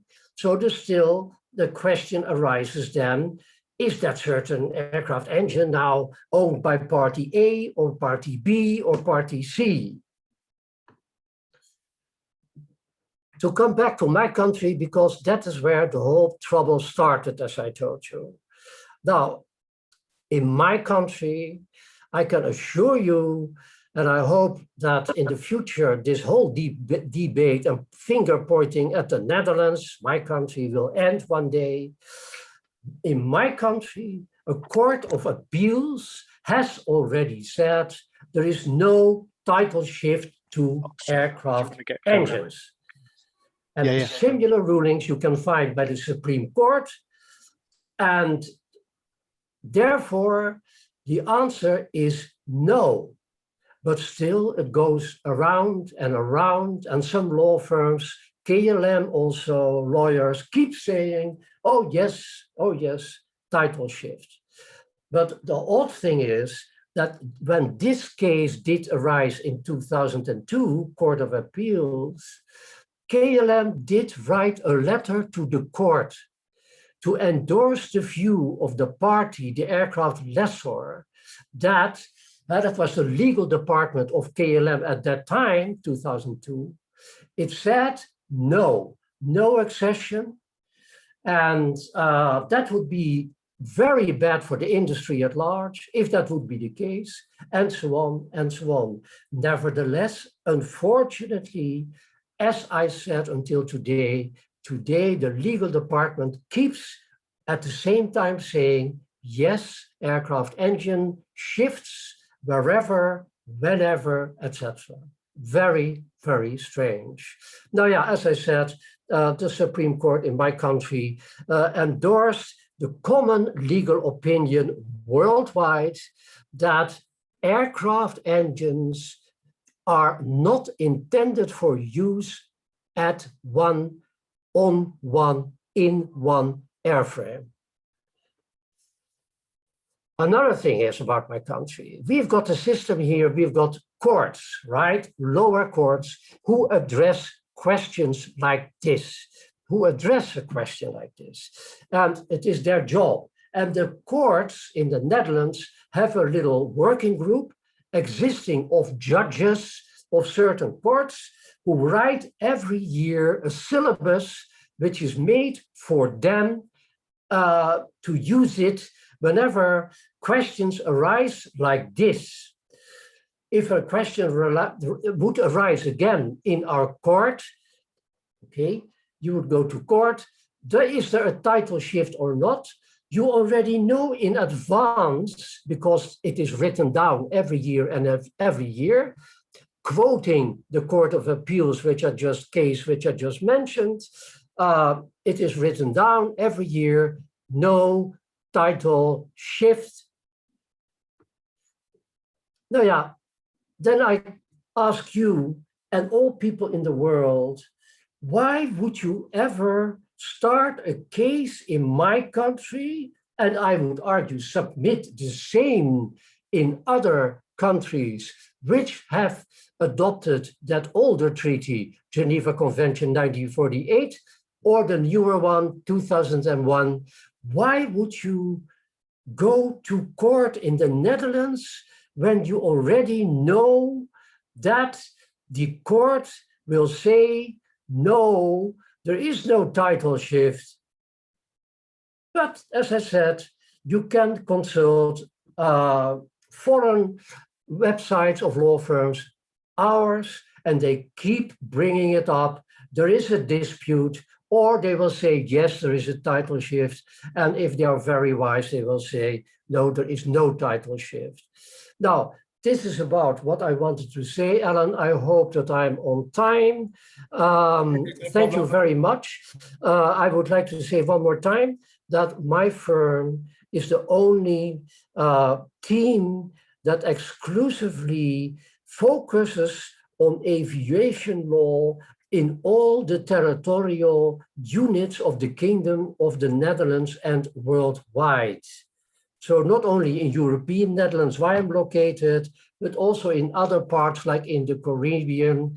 And we are, or have been on several occasions, myself and my team, the legal expert advisor, the external of the government in regard to, for example, the adoption of treaties and implementation of modern innovative laws. So don't go to the wrong law firm, because then you may enter into a big problem.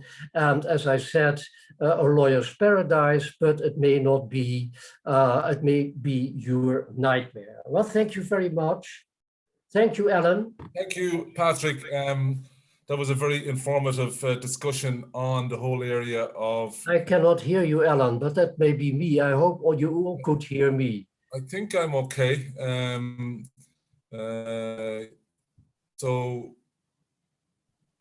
I'll ask Taki, can you hear me okay, Taki, just in case? Yes, Alan, everything is fine. Okay, good. I cannot hear you speak, Alan. I'm sorry. Right. I think Patrick, your own mic might be off there. So, yeah, very interesting discussion on title transfer of engines and aircraft. And it's great that Patrick is there to help us understand the situation in the Netherlands, and that this kind of impression that it's a difficult situation for any aircraft or engines that are placed in the Netherlands, that the title transfer would cause any problems. So I think Patrick cleared up that for us. And if there's any questions for Patrick on that, I'd like you to unmute your microphone. Or yeah, we've one question from Yuri. Can you hear me, Patrick? Yeah, now I can hear you. I couldn't hear you. Sorry, Alan, for a couple of minutes. I don't know what happened. Now I can hear you. Thanks a lot. A question from Yuri Tokarev.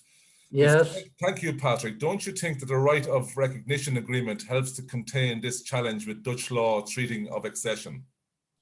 Well, thank you, Yuri. Nice to hear from you again. It has been a while.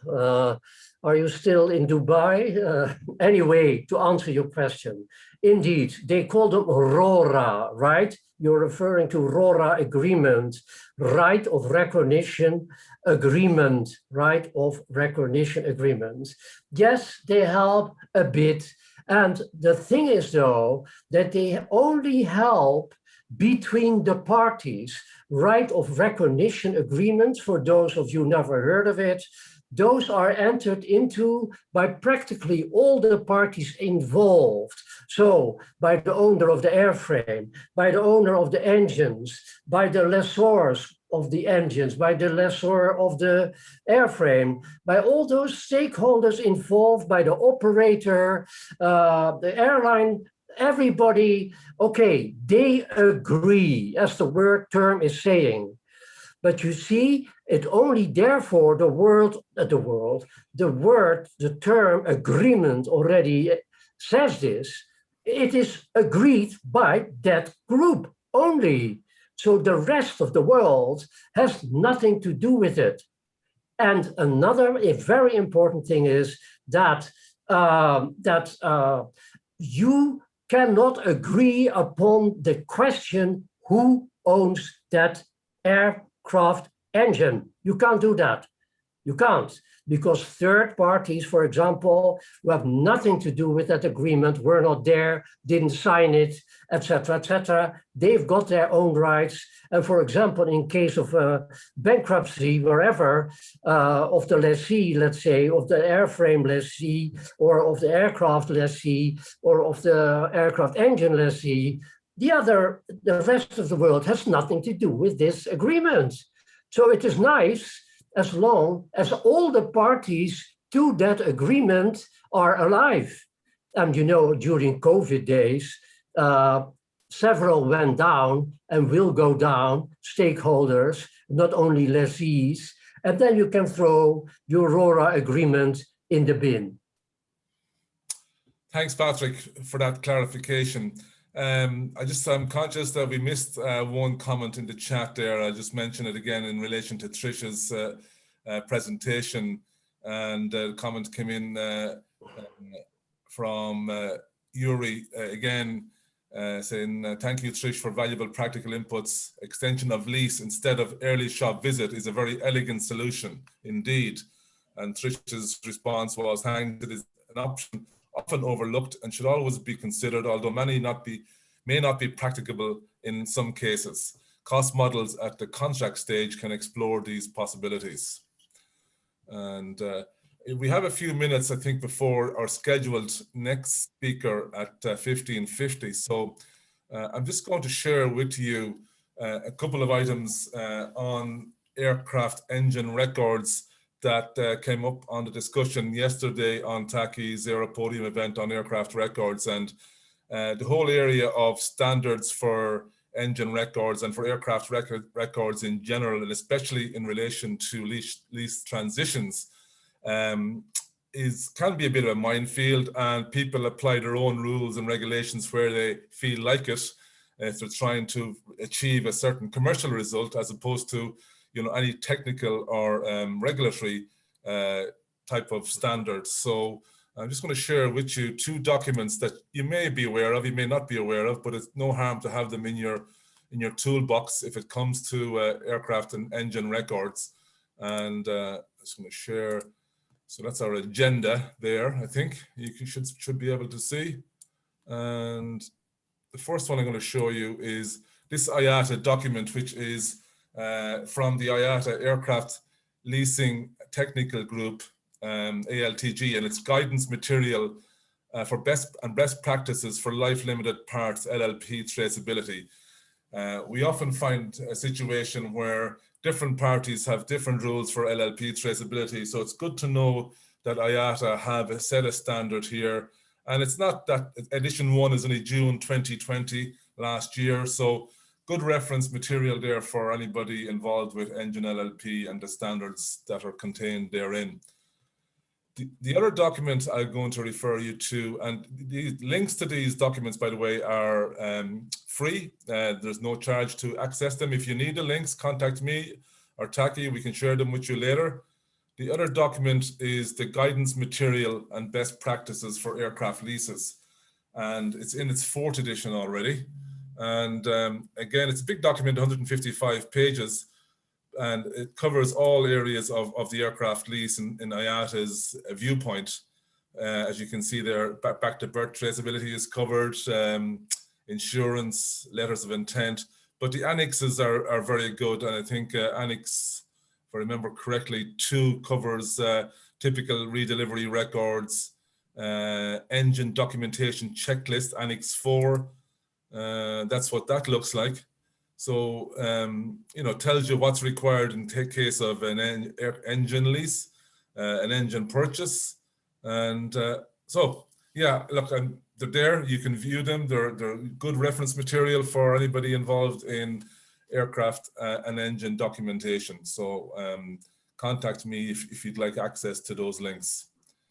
So before we move on to this next speaker, I'm going to give you... Alan, may I? Yuri had one more question, which I think is very important for people in the European Union. Can you... Yes, I see it here now. Let's go to that. Okay. You mentioned the EU endorsed the Cape Town Convention. At the same time, Bulgaria is stating that it is not a party to the Cape Town Convention. Okay, that is important. Very important raised matter. You see, the European Union, for those of you living in European Union, they know better than when you are located possibly outside. But the European Union is not one country. We know that it is not a federation. Nevertheless, certain areas of law, for example, insolvency. And that plays an important role in aircraft financing, leasing. We all know that. In engines or aircraft, we all know that, right? That is a European, to a certain extent, is a European matter.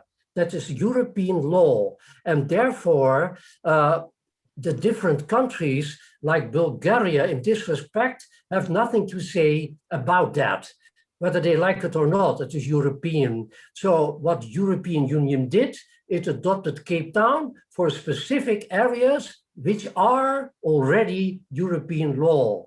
And those areas apply in all the states, including Bulgaria. So not the entire convention.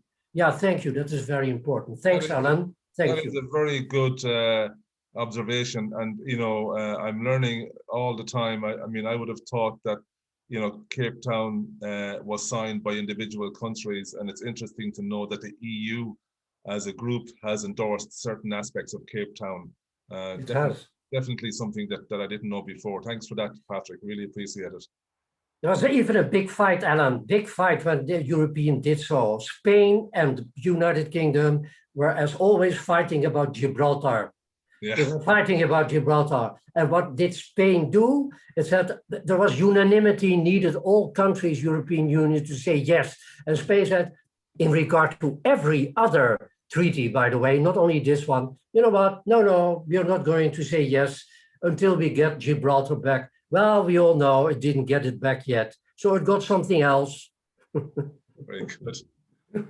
Okay, and again, conscious of the time here, we have 9 minutes to go before schedule next speaker. I see Dimitri is there, ready and waiting, but I'll just give you a quick update on the aptn.aero organization.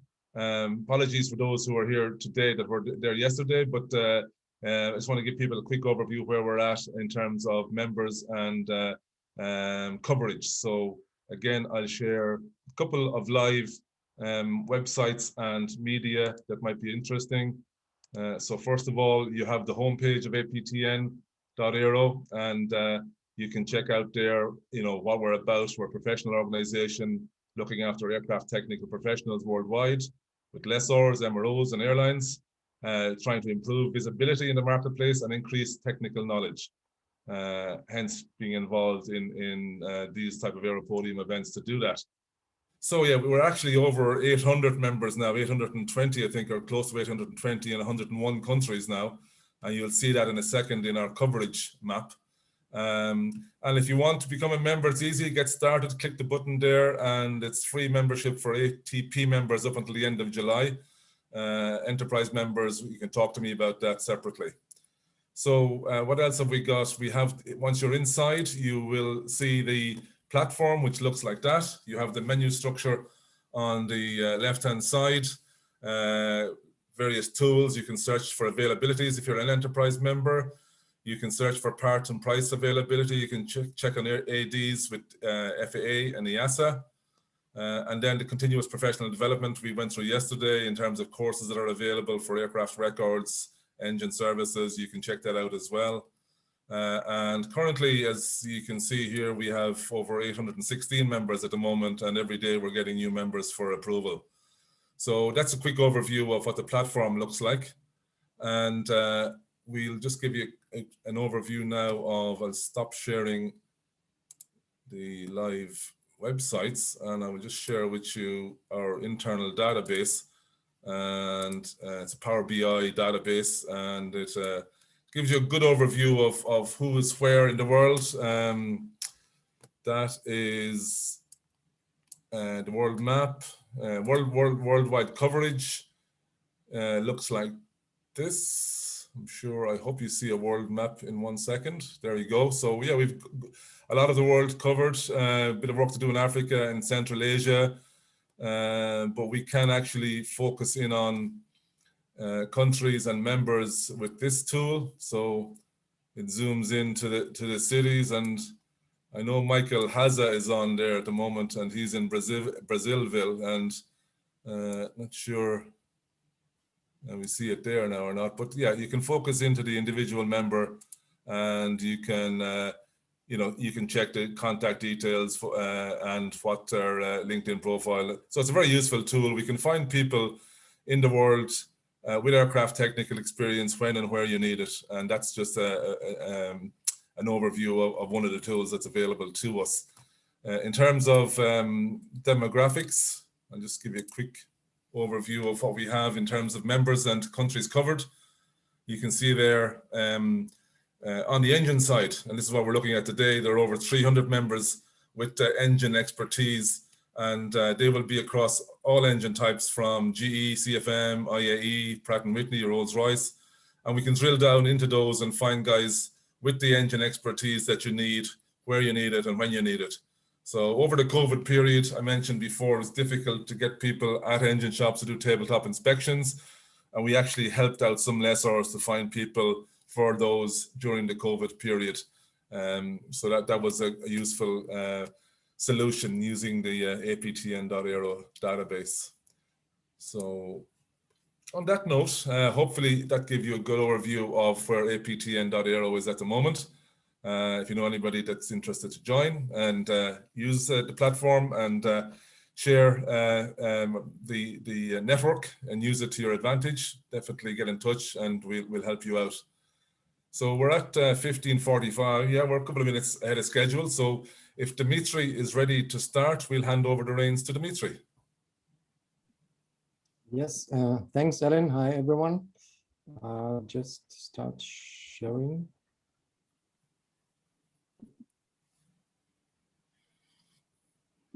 Second.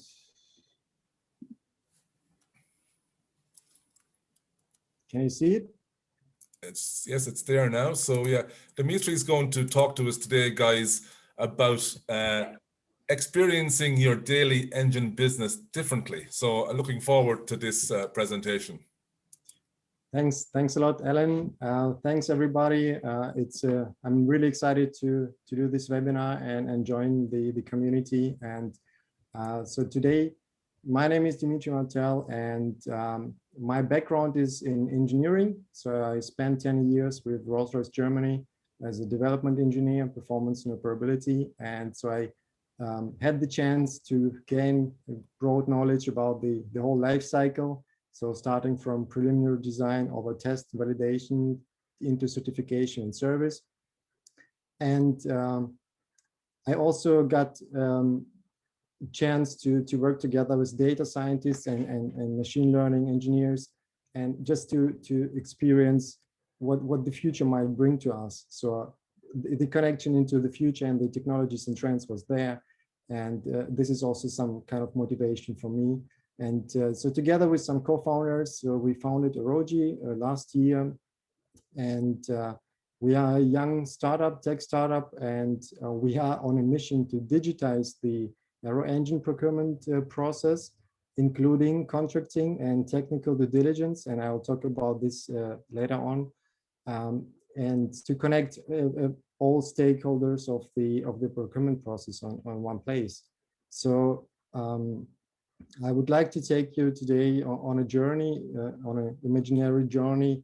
How could it look like? Because we talked a lot previously about the complexity of the topics, whether it's legal, whether it's records, and how would you like it to be in the future? What do you expect from the future and the technologies, how it should work and how it could look like? So I would like to start this presentation with something that I perceive as an aviation paradox that I call. Now, what do I mean with that? Well, let's have a look at some of the aviation products that we have. So, for example, on the GTF, we can see that most of the engines nowadays, they are designed at the edge of the possibility. So we design it on the edge of cutting edge technologies, really squeezing every percentage of every possible area, whether it's material, whether it's aerothermal, whether it's structural. And on top of that, this challenge is even motivating. So we are motivated by these challenges and are taking this challenge to design and to develop solutions to it. Then on the other hand, we have award-winning designs and news-breaking architectures because we think into the future. We think, how would the products look like in 10 years time, in 20 years time, in 30 years time? So what is possible? We're continuously driven by the question how it would look like in the future. And then, of course, we think into the future, and we need to get there. And we continuously develop also the tools in the product design to actually get there. Whether it's aerodynamics, whether it's structural, we continuously work on own tools and try to develop them even further. And having said all this, when we talk about our own daily business and innovation in general, when it comes to operations, we have to live with such quotes and statements, both internally from the aviation industries, but also from outside. So the general consensus is like the aviation was a bit sleeping and is lagging behind other industries when it comes to innovation and digitization. And having worked at these high technology products in the last 10 years, I still need to admit and be honest to myself that although I have worked on this kind of cutting edge technologies and products, my daily business and my daily work had a lot of times produced some thoughts for myself when I was frustrated about the limitations that are around me in my daily work. And so I was also so bound in my daily work that I couldn't even think like visionary into the future because I had no time. And especially when you work in segments like service and aftermarket, oftentimes we perceive it like a service provider in order to get this product running, but we are not there to think about our own visionary thinking of how we would like to work. And this also produces some kind of lack of empowerment in us. And this is where the frustration basically comes from. So now COVID and the pandemic itself highlighted even more that we need to focus on this, and this needs to come from the intrinsic feeling from the community itself as well. And now let's just quickly have a look at the innovation trends for efficient and flexible operations in the future. Yesterday there was a good presentation by Nick that summarized a lot of this stuff already, and I just want to very quickly fly over these. So let's start with big data, right? So we have the ability to collect this data and to analyze this data in order to support our predictive maintenance, for example, for MROs, also for operators. And also the data, if it's analyzed appropriately, it helps us with this decision making, right? So it helps us to do the right decisions at right times. And then artificial intelligence, of course, it helps us in many processes like document recognition and pattern recognition, and also helps in demand forecasting because we can run models on it. Then blockchain is another buzzword, but there is also really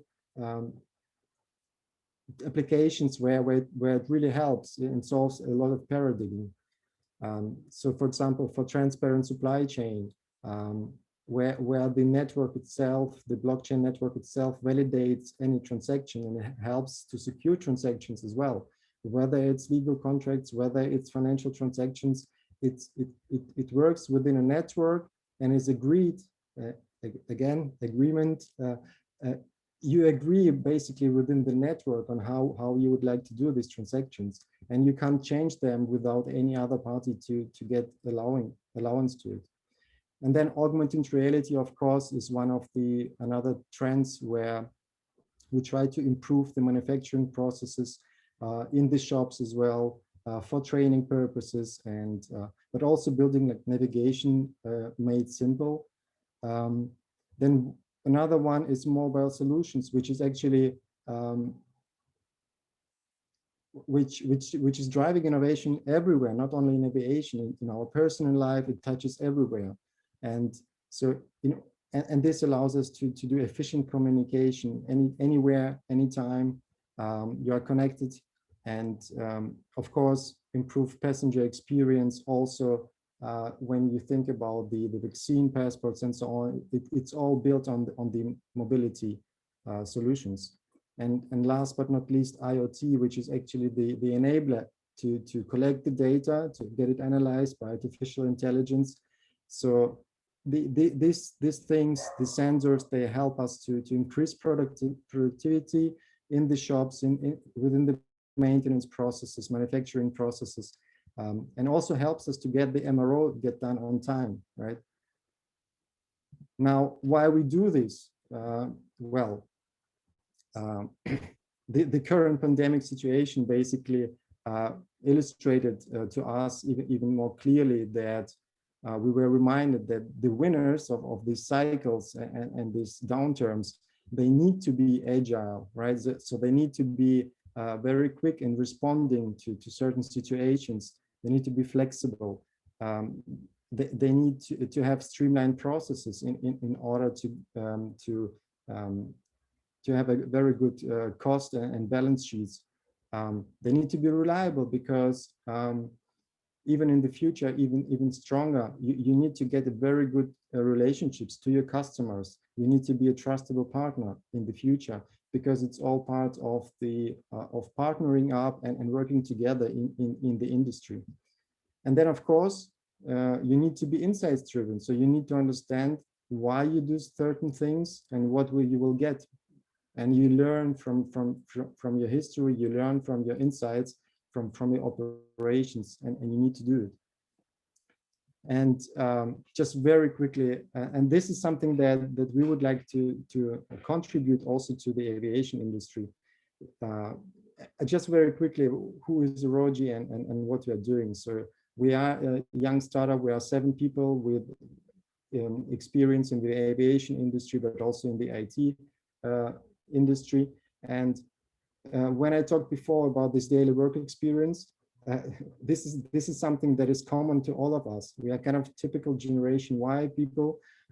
So we used to get raised with the internet. We used to all these applications that we use on our private mobile devices, all this connectivity. And we worked also in large corporations in aviation, and we still missed this experience in the daily work, right? So this is why our motivation is to use this expertise that we have and to create something new, create something refreshing, and something anyone can use with ease for the future. And this is why our mission is basically to provide the convenient and transparent way for aviation business by reducing complexity, by standardizing things, creating trust, and connecting people, basically. And the intersection area of our insights and interests was basically in the aftermarket. So we have experience in designing products, in MROs, in also lease management and asset management, and also supply chain. And the interaction part area was actually the people in between, right? So and we feel like there's a discrepancy in innovation and digitization when it comes to this network, this life cycle network of an engine. What do I mean with it? Well, the OEMs are building more efficient engines. They improve the manufacturing processes, so they focus on themselves. Airlines are optimizing their operations to transport more passengers, develop efficient routes, airport management, ground management. MROs are developing new capabilities to repair engines faster and cheaper as well.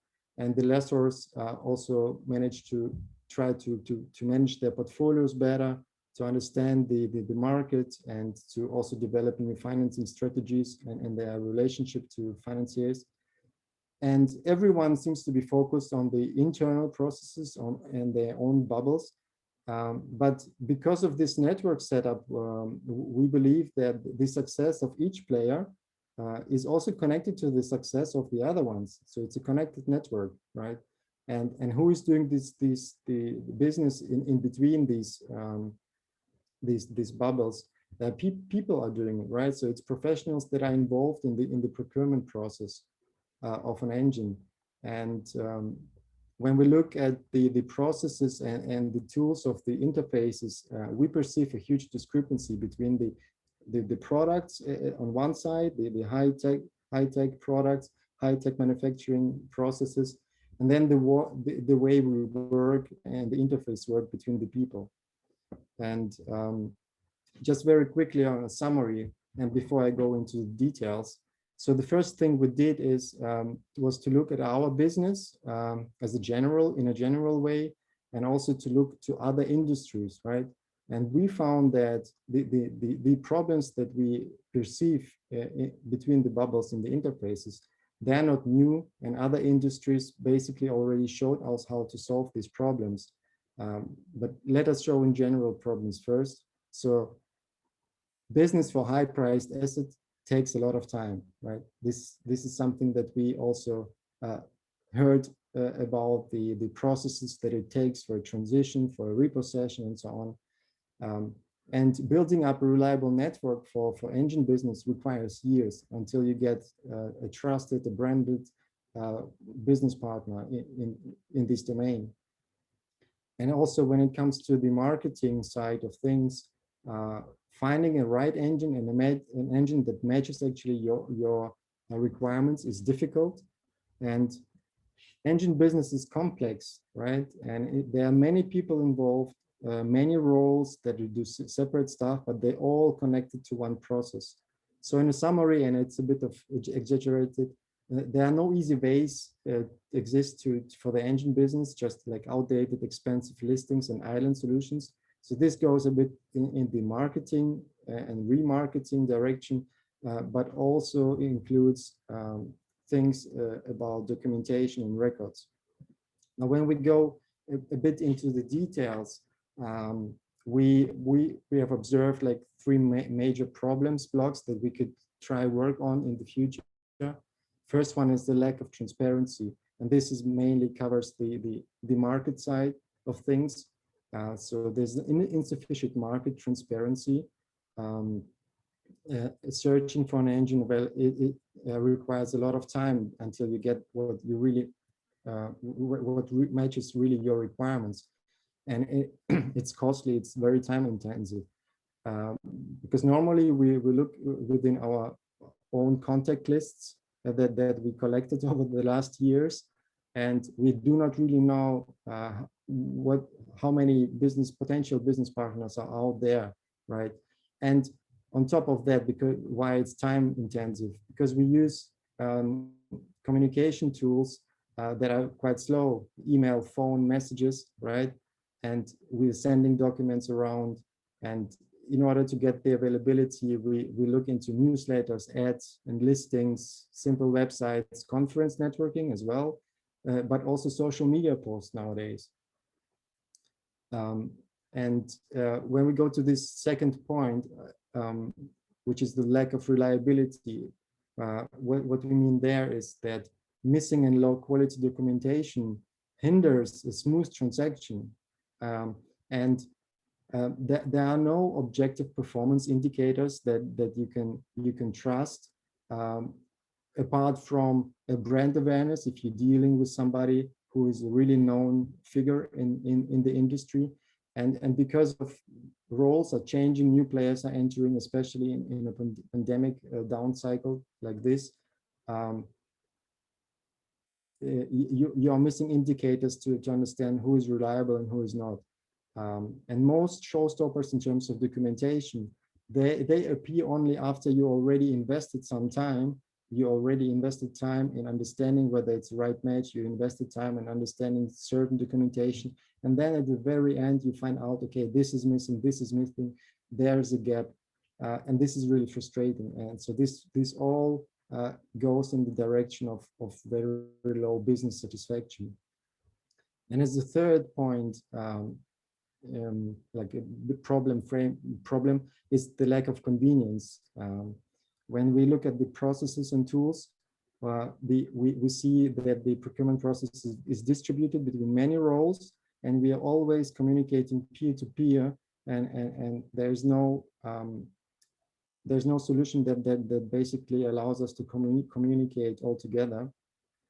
And also these tools are like island solutions for certain pain points, but they're not interconnected. So the connectivity is missing there, and lack of interfaces.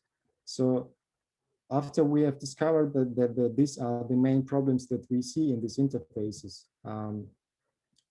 we thought, okay, how could a solution look like, and what characteristics should it have in order to get these problems solved, right? And we discovered this kind of smart 7 and they covered as well as marketing sites, as well as documentation. And first one is transparency, of course. So the solution needs to ensure that both parties are can act based on an equal level of information, right? So the same information which is available to the one party needs to be available to the other party at some point in time.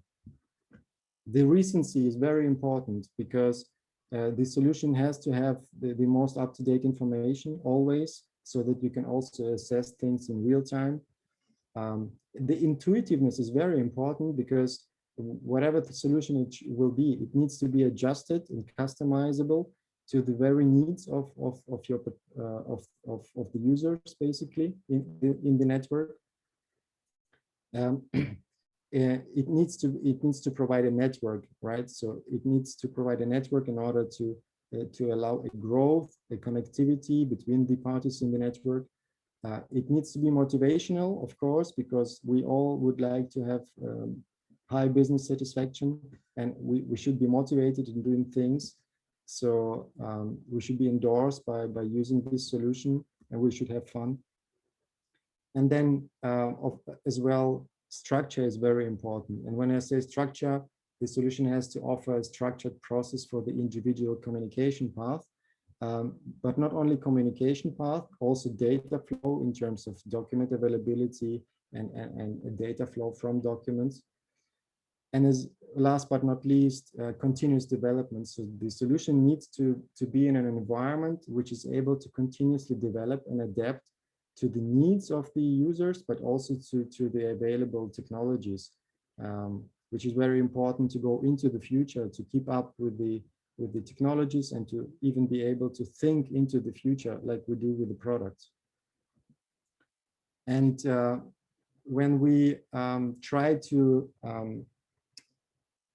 when we look at these characteristics, so then we can group them a little bit into main elements. So for example, transparency and recency, they can be expressed like a marketplace where a match is expressed in expressed needs are made. So you basically can express your needs and you get a match. Then the motivation and networking concentrates on the market participants and puts them into the focus. So the user is important, the asset is important. So this is something that is covered there. And you can become instantly a part of a reliable network, which is very important. And then the intuitiveness and structure characteristics, they are like a supportive elements for all processes, and they are expressed as tailored tools throughout all steps of the engine business. And we will have a very detailed understanding soon, but they are there. The tools should be there to simplify work that we do throughout the whole procurement process. And beyond that, of course, the solution is there to solve problems, yes. But business is more than just one transaction. Business is made by people, and people expect embraced experience. They would like their expectations to be met, and these expectations have to be met throughout all stages of the business. So from considering engine to basically over the evaluation of it, collaborating, deciding, and negotiating, down to closing and transport of these assets. And nowadays, even more and more, what gets stronger is that to put it in simpler words, like people want to have a B2C experience, something that we all know from booking a trip by buying something on Amazon. It's an embraced experience that we have on these platforms, and we would like to see the same thing in B2B as well. And therefore, we believe, and the solution needs to carry a one-stop shop identity, let's say.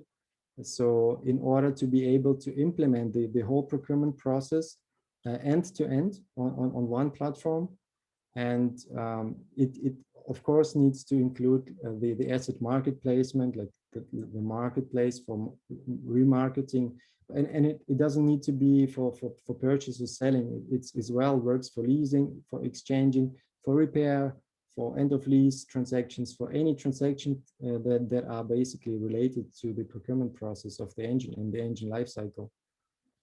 And it needs to have the communication and network in there, but also it needs to include the documentation management, right? So because it's the whole process and the biggest part of the process is there's a lot of documentation involved in there, and this documentation needs to be analyzed, and we need to provide data evaluation and visualization in order to get fast decision making, insights driven decision making.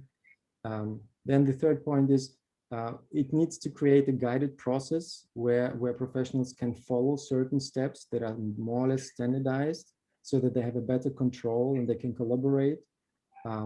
And the fourth point is the standardization is very important. Like we heard, everybody is trying to do their things, and in order to facilitate the transactions, standardization helps. Like we have seen, for example, with the LLP back to birth guidances and so on. It helps to facilitate, it helps to do things in the same standard, so that the transactions in the future can go smoother. And the last thing is, of course, the financial transaction and logistics integration is important, just to close this race, right? So to give this experience. And I don't want to talk really a lot about the separate features, but we all know from the marketplaces nowadays, they have notifications, saved searches, it covers the demand as well as offered assets. And the network allows to follow people, to see what updates they have. So it's important to stay in touch all the time to understand what is new for some participants.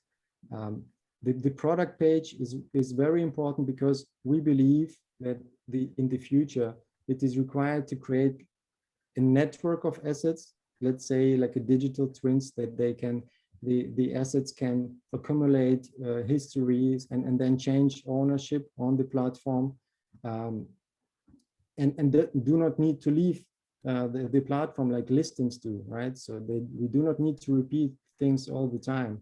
It just changes ownership on the platform, and connected to it also maybe the legal ownership with some certain tools, which we'll come to in a minute. And of course, the KPIs are important. So basically, when we have the documentation according to which belongs to a certain engine, we can understand how good it is. We can understand what's the completeness rate of this documentation. And so that these indicators are available in advance, so that we do not need to find it out later on. And portfolio management is a very important part, so which is connecting the daily management of these things, but also the one-time transactions for remarketing purposes. There's also, it's an asset, and if we think about Airbnb, like property assets, the calendar is very important, because we need to give a profile, a face to this asset, to point it out that the asset can speak for itself, together with the user who is basically procuring it. And when we go to the collaborate block, we believe that standardizing things helps, and that a guided process, like a gated process with milestones that we all follow in some kind of way, but some people do it differently. But if we have a guided process, it helps us to streamline the processes. It helps us to get control over the processes. And same processes can be there for MRO tendering, for example, for leasing, for purchasing. It can be adjusted to the transaction type. And nowadays, we see that we use a lot of tools that connect stakeholders that are working on the same thing. So you can invite people to collaborate. You do not need to send documents. You can do all on the same platform, on the same place. You can invite internal roles if you have them for decision making, for technical asset management, for legal support, for example. But you can also invite people that are and roles that you do not have in your capabilities, in your in-house capabilities. So you can outsource and connect this way. And by standardizing the certain processes, we streamline and we are efficient. We facilitate the transaction. It's getting faster. So it goes from the quick assessment, LOI, detailed assessment, contracting, and as I said, the embracing part of integrating logistics and financial transactions.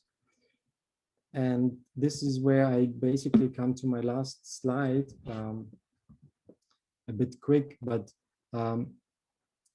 let me spend some time here then, because we talked about documentation a lot and records, and this evaluation and consult like block or module is very important because a lot of time is invested there. We need to go through all the documentation to understand whether there are gaps or not, and there are technologies nowadays that can help us, right? So we can read out the documentation, we can digitize them, we can create data, digital data from it, and we can apply algorithms to understand whether there are gaps. They can learn from it, and by doing this, we reduce the manual work, right? But we also increase the quality because of less manual errors.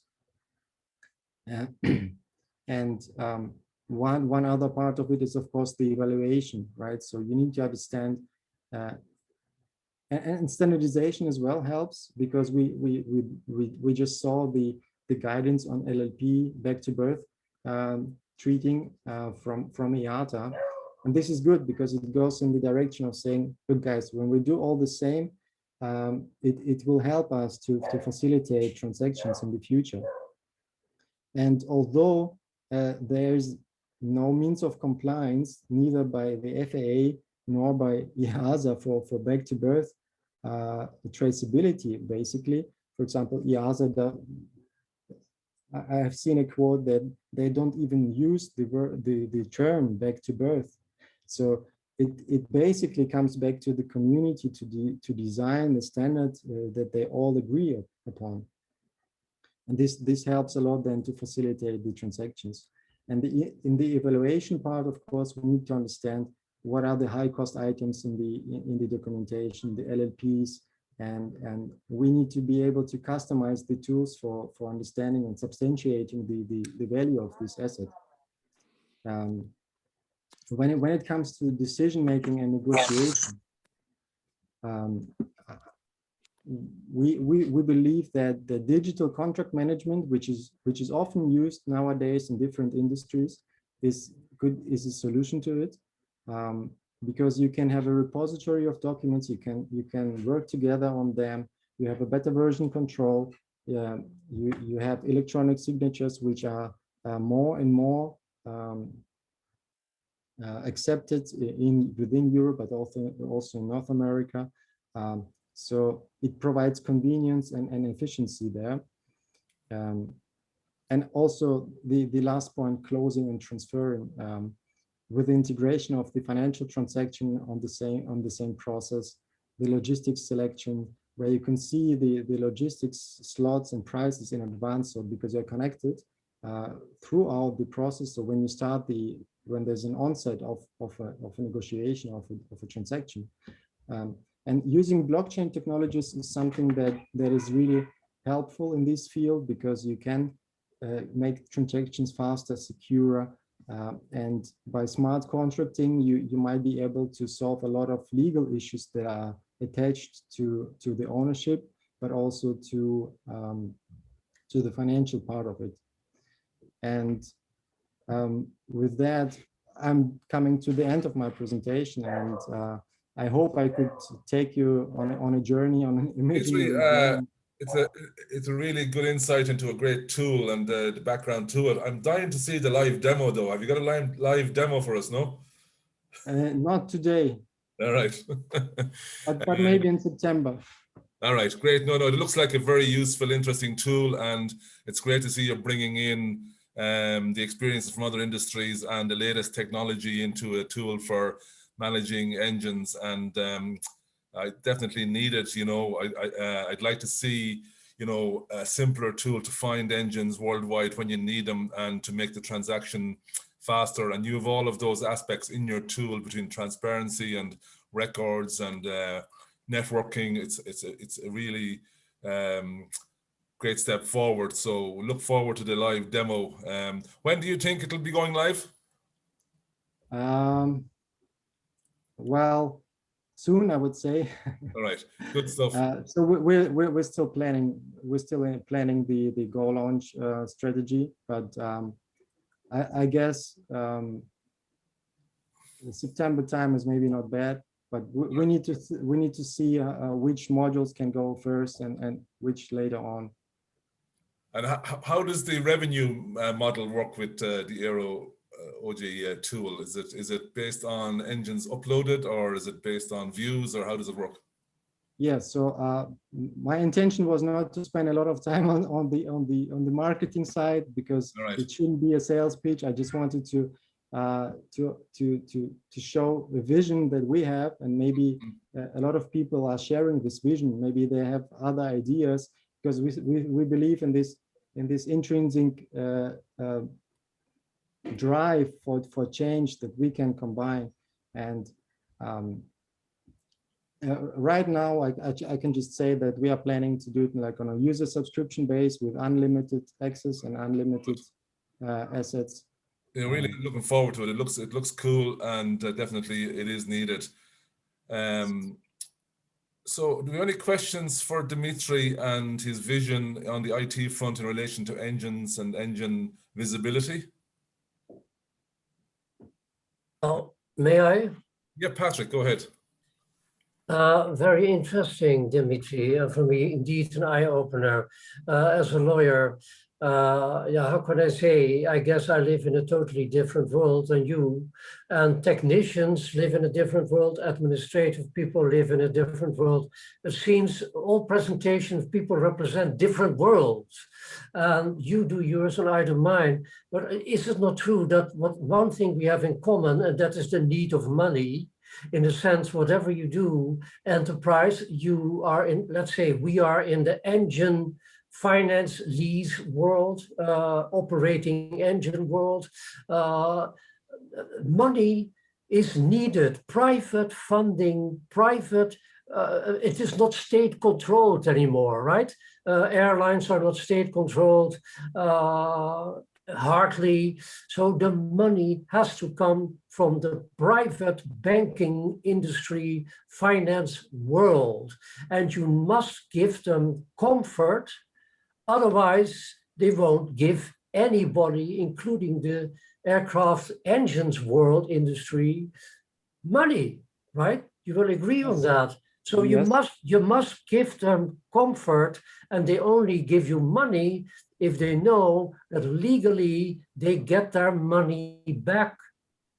Isn't this the first thing in, and that is hardly ever discussed. And secondly, people always talk about negotiation, agreements, contract, this and this, but you cannot contract on everything, because some legal important matters for those financiers, banks, whatever they are, lessors, you cannot contract. But is that known also to you? Because there is a big risk still for financiers, huge risk for financiers, because engines are extremely mobile and they never are operated in one country only. So don't you think there should be paid more attention to comfort these people you need with the money?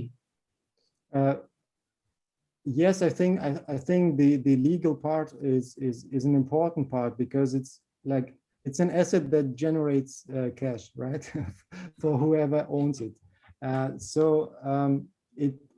The insurance and the legal part is very important, and but I believe we can try to standardize a lot of things, not everything, but a lot of things to make it easier, to make it let's say more reliable between the business partners, to facilitate transactions then in the future. And I believe that the technology is there to provide enough substantiation to the financiers, so that they have the trust in using these technologies. If I understood your question correct. So, but to have a solution there, I think many different parts needs to be involved. You need to solve some legal questions, definitely. You need to solve the document parts as well. But you see, my point is that the documents cannot cover what the financiers want. And therefore, may I have a quick example? We all know that you can buy a house or lease it, right? Yes. And if you buy it, most of us, private people or companies, need money from a bank, a mortgage, right? And the mortgagee, the bank knows, okay, I'll give you money because I know that house will never fly away. It will always be in Germany or in Bulgaria or the Netherlands or in Ireland. It will be there, and there is a fixed law. So I know for sure, if it goes wrong, I get my money, right? But the aircraft engine, but especially engine, is never ever at home. If it is grounded at home, it costs money, it is always gone. So my point is, and these aspects you cannot cover in documents. I'm not sure if it's related to Aerogi's product there, Patrick. It's an interesting topic, maybe for another day. I'm conscious of the time that we're over for our next. All right. But there was a matter of documentation. He talks about documents and agreeing and negotiating. And that is what I only want to add, is that certain things which are extremely important, why a house mortgage is only 1%, and what you're talking about is 15% interest, is because of this. Thanks for that. There's one question from Steve Sells there for you, Dimitri. Is the product just for engines or also for modules or individual LLPs? So the product will be for engines at first, because we are guys from the engine community, whether it's design or MRO or supply chain, and we believe that it needs to be a separate approach for engines, because it's the standard e-commerce approach, which we right now apply to parts business, can't be completely taken. It's not sufficient enough for doing engines. But there are definitely points where the interface can work between the whole asset, basically platforms, and then piece parts. But modules is something that we definitely think about, because if once the documentation is analyzed, you can split it into modules, into LLPs, and you can better control what's in the engine, and also find ways for distribution. And all right, it's something to be discussed in the future. Okay, good. We look forward to the engine product, and then it'll be followed by modules and maybe individual LLPs at a later stage. Yep. Good. So our next speaker is going to cover the topic of planning your lease returns in terms of engine leases. And William Merlson is chairman of AMS China, and he's over 45 years experience at senior management roles in flight operations, maintenance, design, development, and manufacturing. and has a lot of experience in transitions of aircraft and engines in the commercial aviation field. So William, if you are ready to kick off, we'll hand the baton over to you. Very good. Thank you, Alan. Thank you, everybody. Good evening, good afternoon, good morning, depending on where you are. It's morning for me. I'm in Arizona right now. You know, in listening to this morning and something that we've probably all known for the last 30, 40, 50 years in aviation, we're one of the most advanced businesses, and we're also one of the most antiquated and slow to uptake on new things. Dimitri, what you're doing is outstanding. We're working on a similar type modules, you know, for advancing search features and data and documentation of engines, airframes, components, major pieces and parts. And the industry is very slow to uptake this kind of stuff. Trish has got a very long history in doing work, and it takes 4, 5, 6 days sometimes to figure out where we are, what we have, what the engine is. And it seems like we do this over and over and over again. And I don't think that's going to change anytime soon. But what we have had just recently, unfortunately, thanks to COVID or because of COVID, is a really big drastic change in the aviation industry. And now we're starting to see aviation come back, but not the way it was. We see a lot of domestic travel. International travel is still virtually nil, other than cargo. And we have a new conundrum in our business. We have aircraft that haven't flown and they're having maintenance issues. We have airlines now that can't get flights off the ground because they don't have crew, because they laid people off and didn't plan for them coming back on. We have parts sitting around that no one knows what condition they're in. And we now have manufacturers who we no longer have historical data. History is out the window.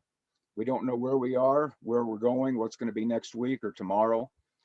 There's talk about new variants. People don't know whether they're shutting down, they're opening up. We've got countries that aren't letting people in. So we're really in a new situation here. And how I'm going to bring that into engine leasing, or at least my part, in redelivery or releasing, or actually beginning the initial lease of an engine, is we have to think, to use a very, very overused term, outside the box. Everything has changed now. We have new people in the business. We have a lot of people in the business who are trying to take advantage of the changes, and they don't understand the business. One of the things that I see, and a lot of people that I talk with and companies that I help, is they've had aircraft, and I'm going to try to stick more to engines, but they have engines that haven't met the conditions of the lease. And in most cases, they're suffering because they had a lease that called for maybe 4 or 6, 1,200 hours a month, and they didn't use it. So they stand to turn in engines and airframes that have vast amounts of remaining utilization on them. They also have maintenance that's been skipped or missed. And so what we have is a condition where everything is out of whack and out of sorts. And we're not thinking of how we can do things a little bit differently, what we can do. We really need to take an advanced look as we get ready to return an engine or an airframe from a lease. Where does it stand? What are our obligations? What do we have to do? We may have a fleet of our own aircraft, and maybe it's supplemented 10%, maybe it's supplemented 90% or 100% with leased aircraft. And are we using those aircraft the right way? If we've got a lease obligation and we've got that airplane parked, we're just costing ourselves money. So we should be parking our own aircraft and using the leased aircraft, or we need to be renegotiating those leases if possible. And there is some room for that, but we have to take a look at it now, and we have to start planning for redelivery or lease turn-in months, if not a year in advance, because we have to take care of those things. We have to get scheduled into MROs that may not have any availability now because the world is coming back online. and all the past schedules are gone. So we really need to stop and look and think and work with our people who have not been retrained and may not be thinking about what's going on now.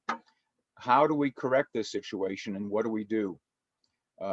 Do we pull engines off of other aircraft and put them on aircraft that we have in service to burn the time up? Do we start swapping modules? Do we start trying to put engines back together so that they're more valuable, or so that we aren't giving away things? We're not paying for 5,000 hours of engine usage and we only use it for 500 hours and we're throwing away all that time. So we really need to start looking at all those things, and we need to start acting earlier. I think Dimitri's got a great program going on here. Unfortunately, it's not quite ready yet, but it's the way we're going. And maybe we'll eventually get there. I hope. I know buy-in from airlines, from operators, from manufacturers will be slow and difficult. That's some of the things that we're seeing. But we do have a lot of knowledge in our industry, and we need to stick with each other and work together to see our things through on these issues. One of the things that we really need to look at, and anybody that's on here today that is leasing or using aircraft really needs to take a strong look immediately at where they are on the aircraft and start timelining when it's going to go back in and what they need to do to get their engines or airframes back in order with their lease. And if you see that you're upside down in this lease, or the conditions are really drastically different, call the leasing company right away and start working with them. I know a lot of them have made some exceptions.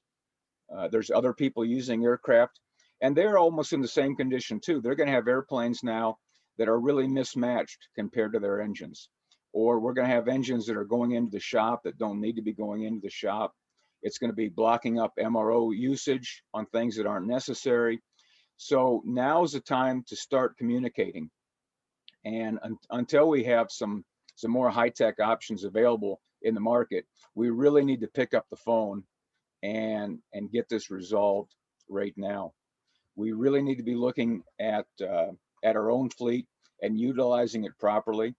And in many cases, I think we may even see some aircraft, I know we have some in the US, that are actually starting to look at flight training again in actual aircraft, because the pilots that are on layoff or were laid off don't have the experience, and now all the simulators are also plugged up.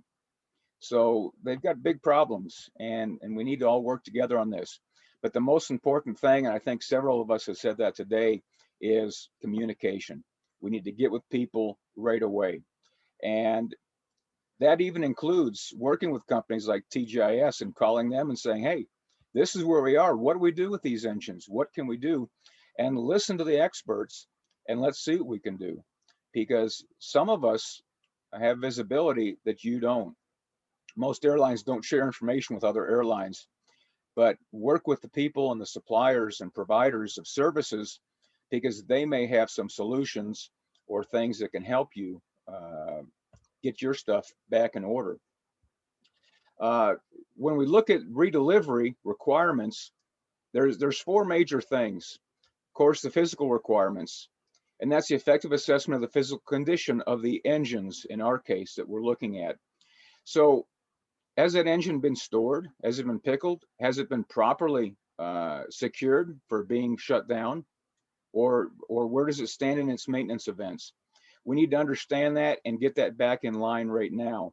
And if it hasn't been stored properly, that means we need to get this thing into the schedule. We may have to do some inspections or some unplanned events to get this engine back in condition for operation or for lease return. We have the records and documentation requirements. I can tell you a lot of people are way behind on records and documentations. They push these aircraft off to the side. They focus on what they've been operating, and now they're trying to bring these things back online, and they're finding out they don't know where they stand. They don't know where they are in inspection status. They don't know if they were properly preserved. They don't know if they're ready to run. A lot of them go back into service and immediately they have faults. They have hydraulic faults, they have leaking parts, they have plugged pitot tubes. You have all sorts of situations now that are coming up.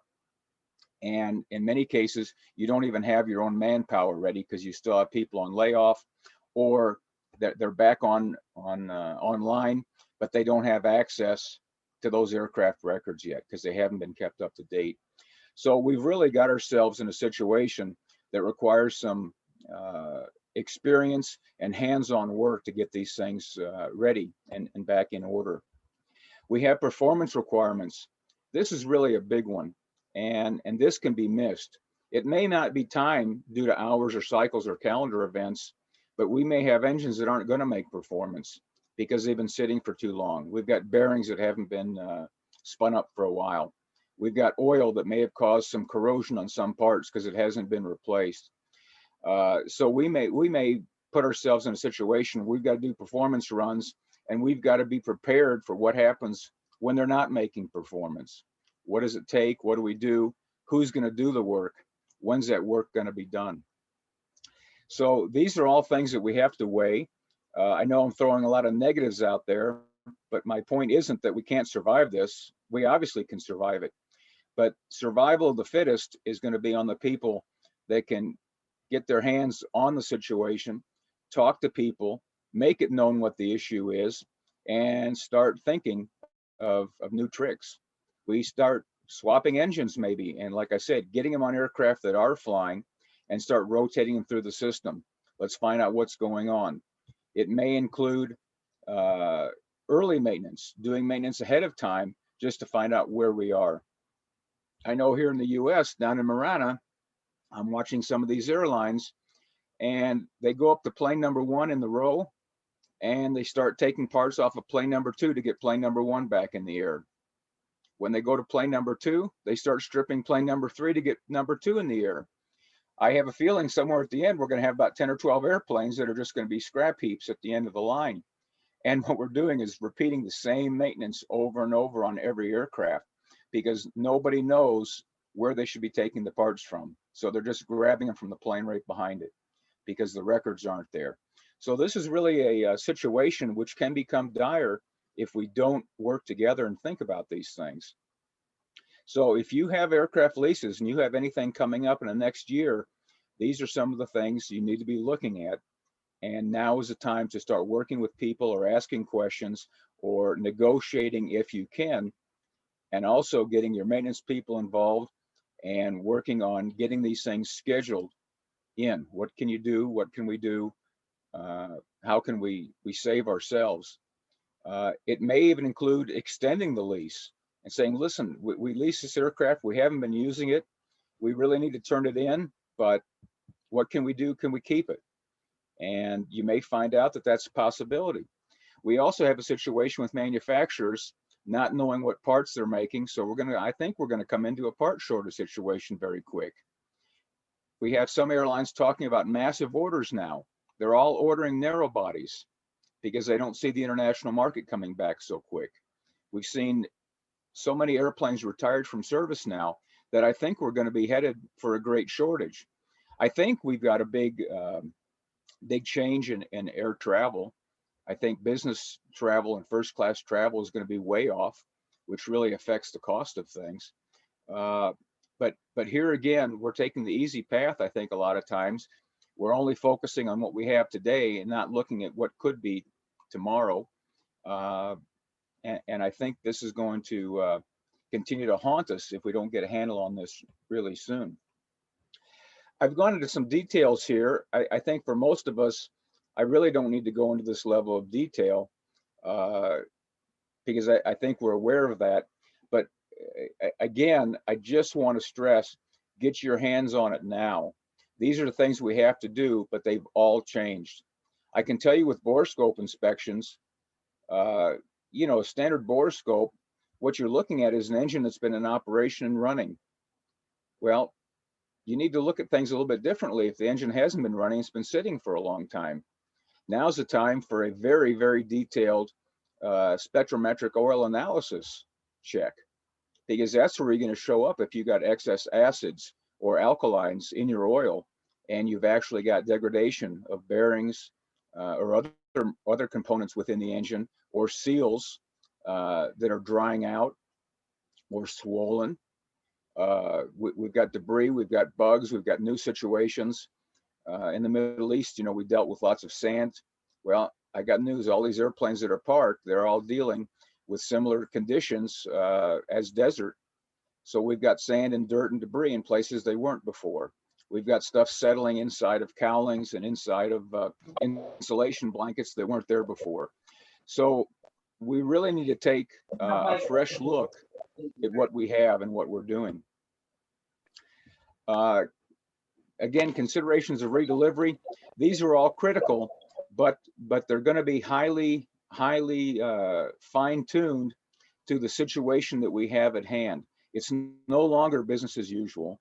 It wasn't what it was before. The airplane's not just coming out of service after flying, you know, 8 hours a day in some cases, or maybe it is. So again, we don't want to over dramatize or overdo something that doesn't need it. And we don't want to short ourselves or underlook at something that needs a bigger look. Really, that's the end of my presentation. It's mostly just to get everybody's attention focused on, we've got some changes, we've got to do things differently, and together we can all help each other and I think resolve this. The airlines, of course, they typically never talk to each other. Of course, people do it at lower levels, but the airlines aren't doing this. And I think they're really doing themselves a disservice. And I think the biggest disservice may be with the manufacturers, who really don't know what is the engine usage, what has it been, what spare parts do they need, and how do they get their vendors spooled back up. We've had so much of the industry shut down. Some vendors may not even come back to life. And that's a situation we have to look at. And now that means we have new certification, new vendors that have to be approved. We've got civil aviation authorities that still aren't up to speed. My IA renewal took almost 4 months. It was something very straightforward. They don't even send out new cards. They're sending you a letter. In the US, we use 8.5 by 11 instead of A4. Now we have a piece of paper, a big piece of paper supposed to carry around, along with a card that we have in our wallet. I mean, I don't know who thought this stuff out, but you know, the industry's not thinking right now, and that's at every level. So you have to start thinking, and you have to start talking, and we have to work together on how we can resolve this and take advantage of the people that are presenting here and people that have been doing this for years, because we see comments and problems across the industry. So where you just see yourself, we see everybody, and we might have some ideas or examples that can help. And then of course we've got the legal side, and that's a whole nother issue to look at. Absolutely. No, it's a very good observation there, William. And, you know, people need to be focused on all of the issues that are coming up as a result of aircraft being in storage for over a year, and, you know, how to get those engines back into service and reintroduce them. And, you know, the whole area of preservation of engines and inspection, as you said, for debris as a result of storage is an area that needs particular attention. And, you know, simple things as you know, I was looking at some work cards recently on engine preservation where it said the engine was preserved for 365 days plus. But on the same work card, it had an next due date of 2 months' time. And the engine was rejected by the operator because they saw a next due date on the work card. And the next due date on the work card was actually in relation to the shelf life of the oil that was installed, nothing to do with the preservation itself. So the small details like that are going to cause issues, you know, when engines are being reinducted and made to fly again. So thanks for those observations. Does anybody have any questions for William or in the whole area of the reintroduction of engines that are in storage preservation as a result of COVID? If you have any insights or experience yourselves on the area, feel free to unmute and share with us. And also the chat function is there available to you as well. So yeah, we'll give that a few minutes. I mean, we're at the end of our discussion and presentations for today.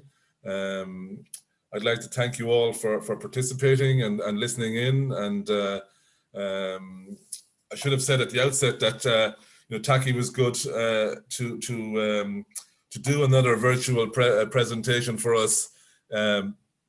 Let's say at what we hope is the end of the COVID restrictions, and we can get back to actual real meetings and networking come the autumn. And you know, the idea behind this particular presentation and the one yesterday is to just continue the networking, share experiences and ideas, and also anybody that's taking part here will get a discount for the event in September in Dublin. There's an engine leasing and management event, and also an aircraft records event in Dublin in September. So, you know, watch out for that. And thanks again for your participation. I'm going to hand it over to Taki for the final few words.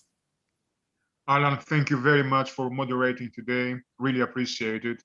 As Alan mentioned, we will have hopefully a proper conference in a meeting room in September, the 3rd annual Engine Leasing and Management, a back-to-back event with the 10th annual Aircraft Records Conference in Dublin. A big thank you to the speakers, of course, for contributing with their expertise and knowledge today. I'm grateful for their support. And I'm also grateful to the sponsors of this event for their continuous support throughout the process. Aeromutlu, Menton Skies, Air Camo, and APTN, of course, which also hosted us today at this meeting. Thank you all for attending. You will get a copy of the recording as well as the presentations in case you want to review something. Any questions, please contact me anytime. And you will receive information about the next Engine Leasing and Management Conference very soon. Thank you all for attending. Stay safe and see you next time. Thank you. Bye-bye. Thank you, Taki. Great. Thanks, Taki. Thanks, everybody. Thanks, Alan. Bye-bye. Thanks, everyone. Bye-bye.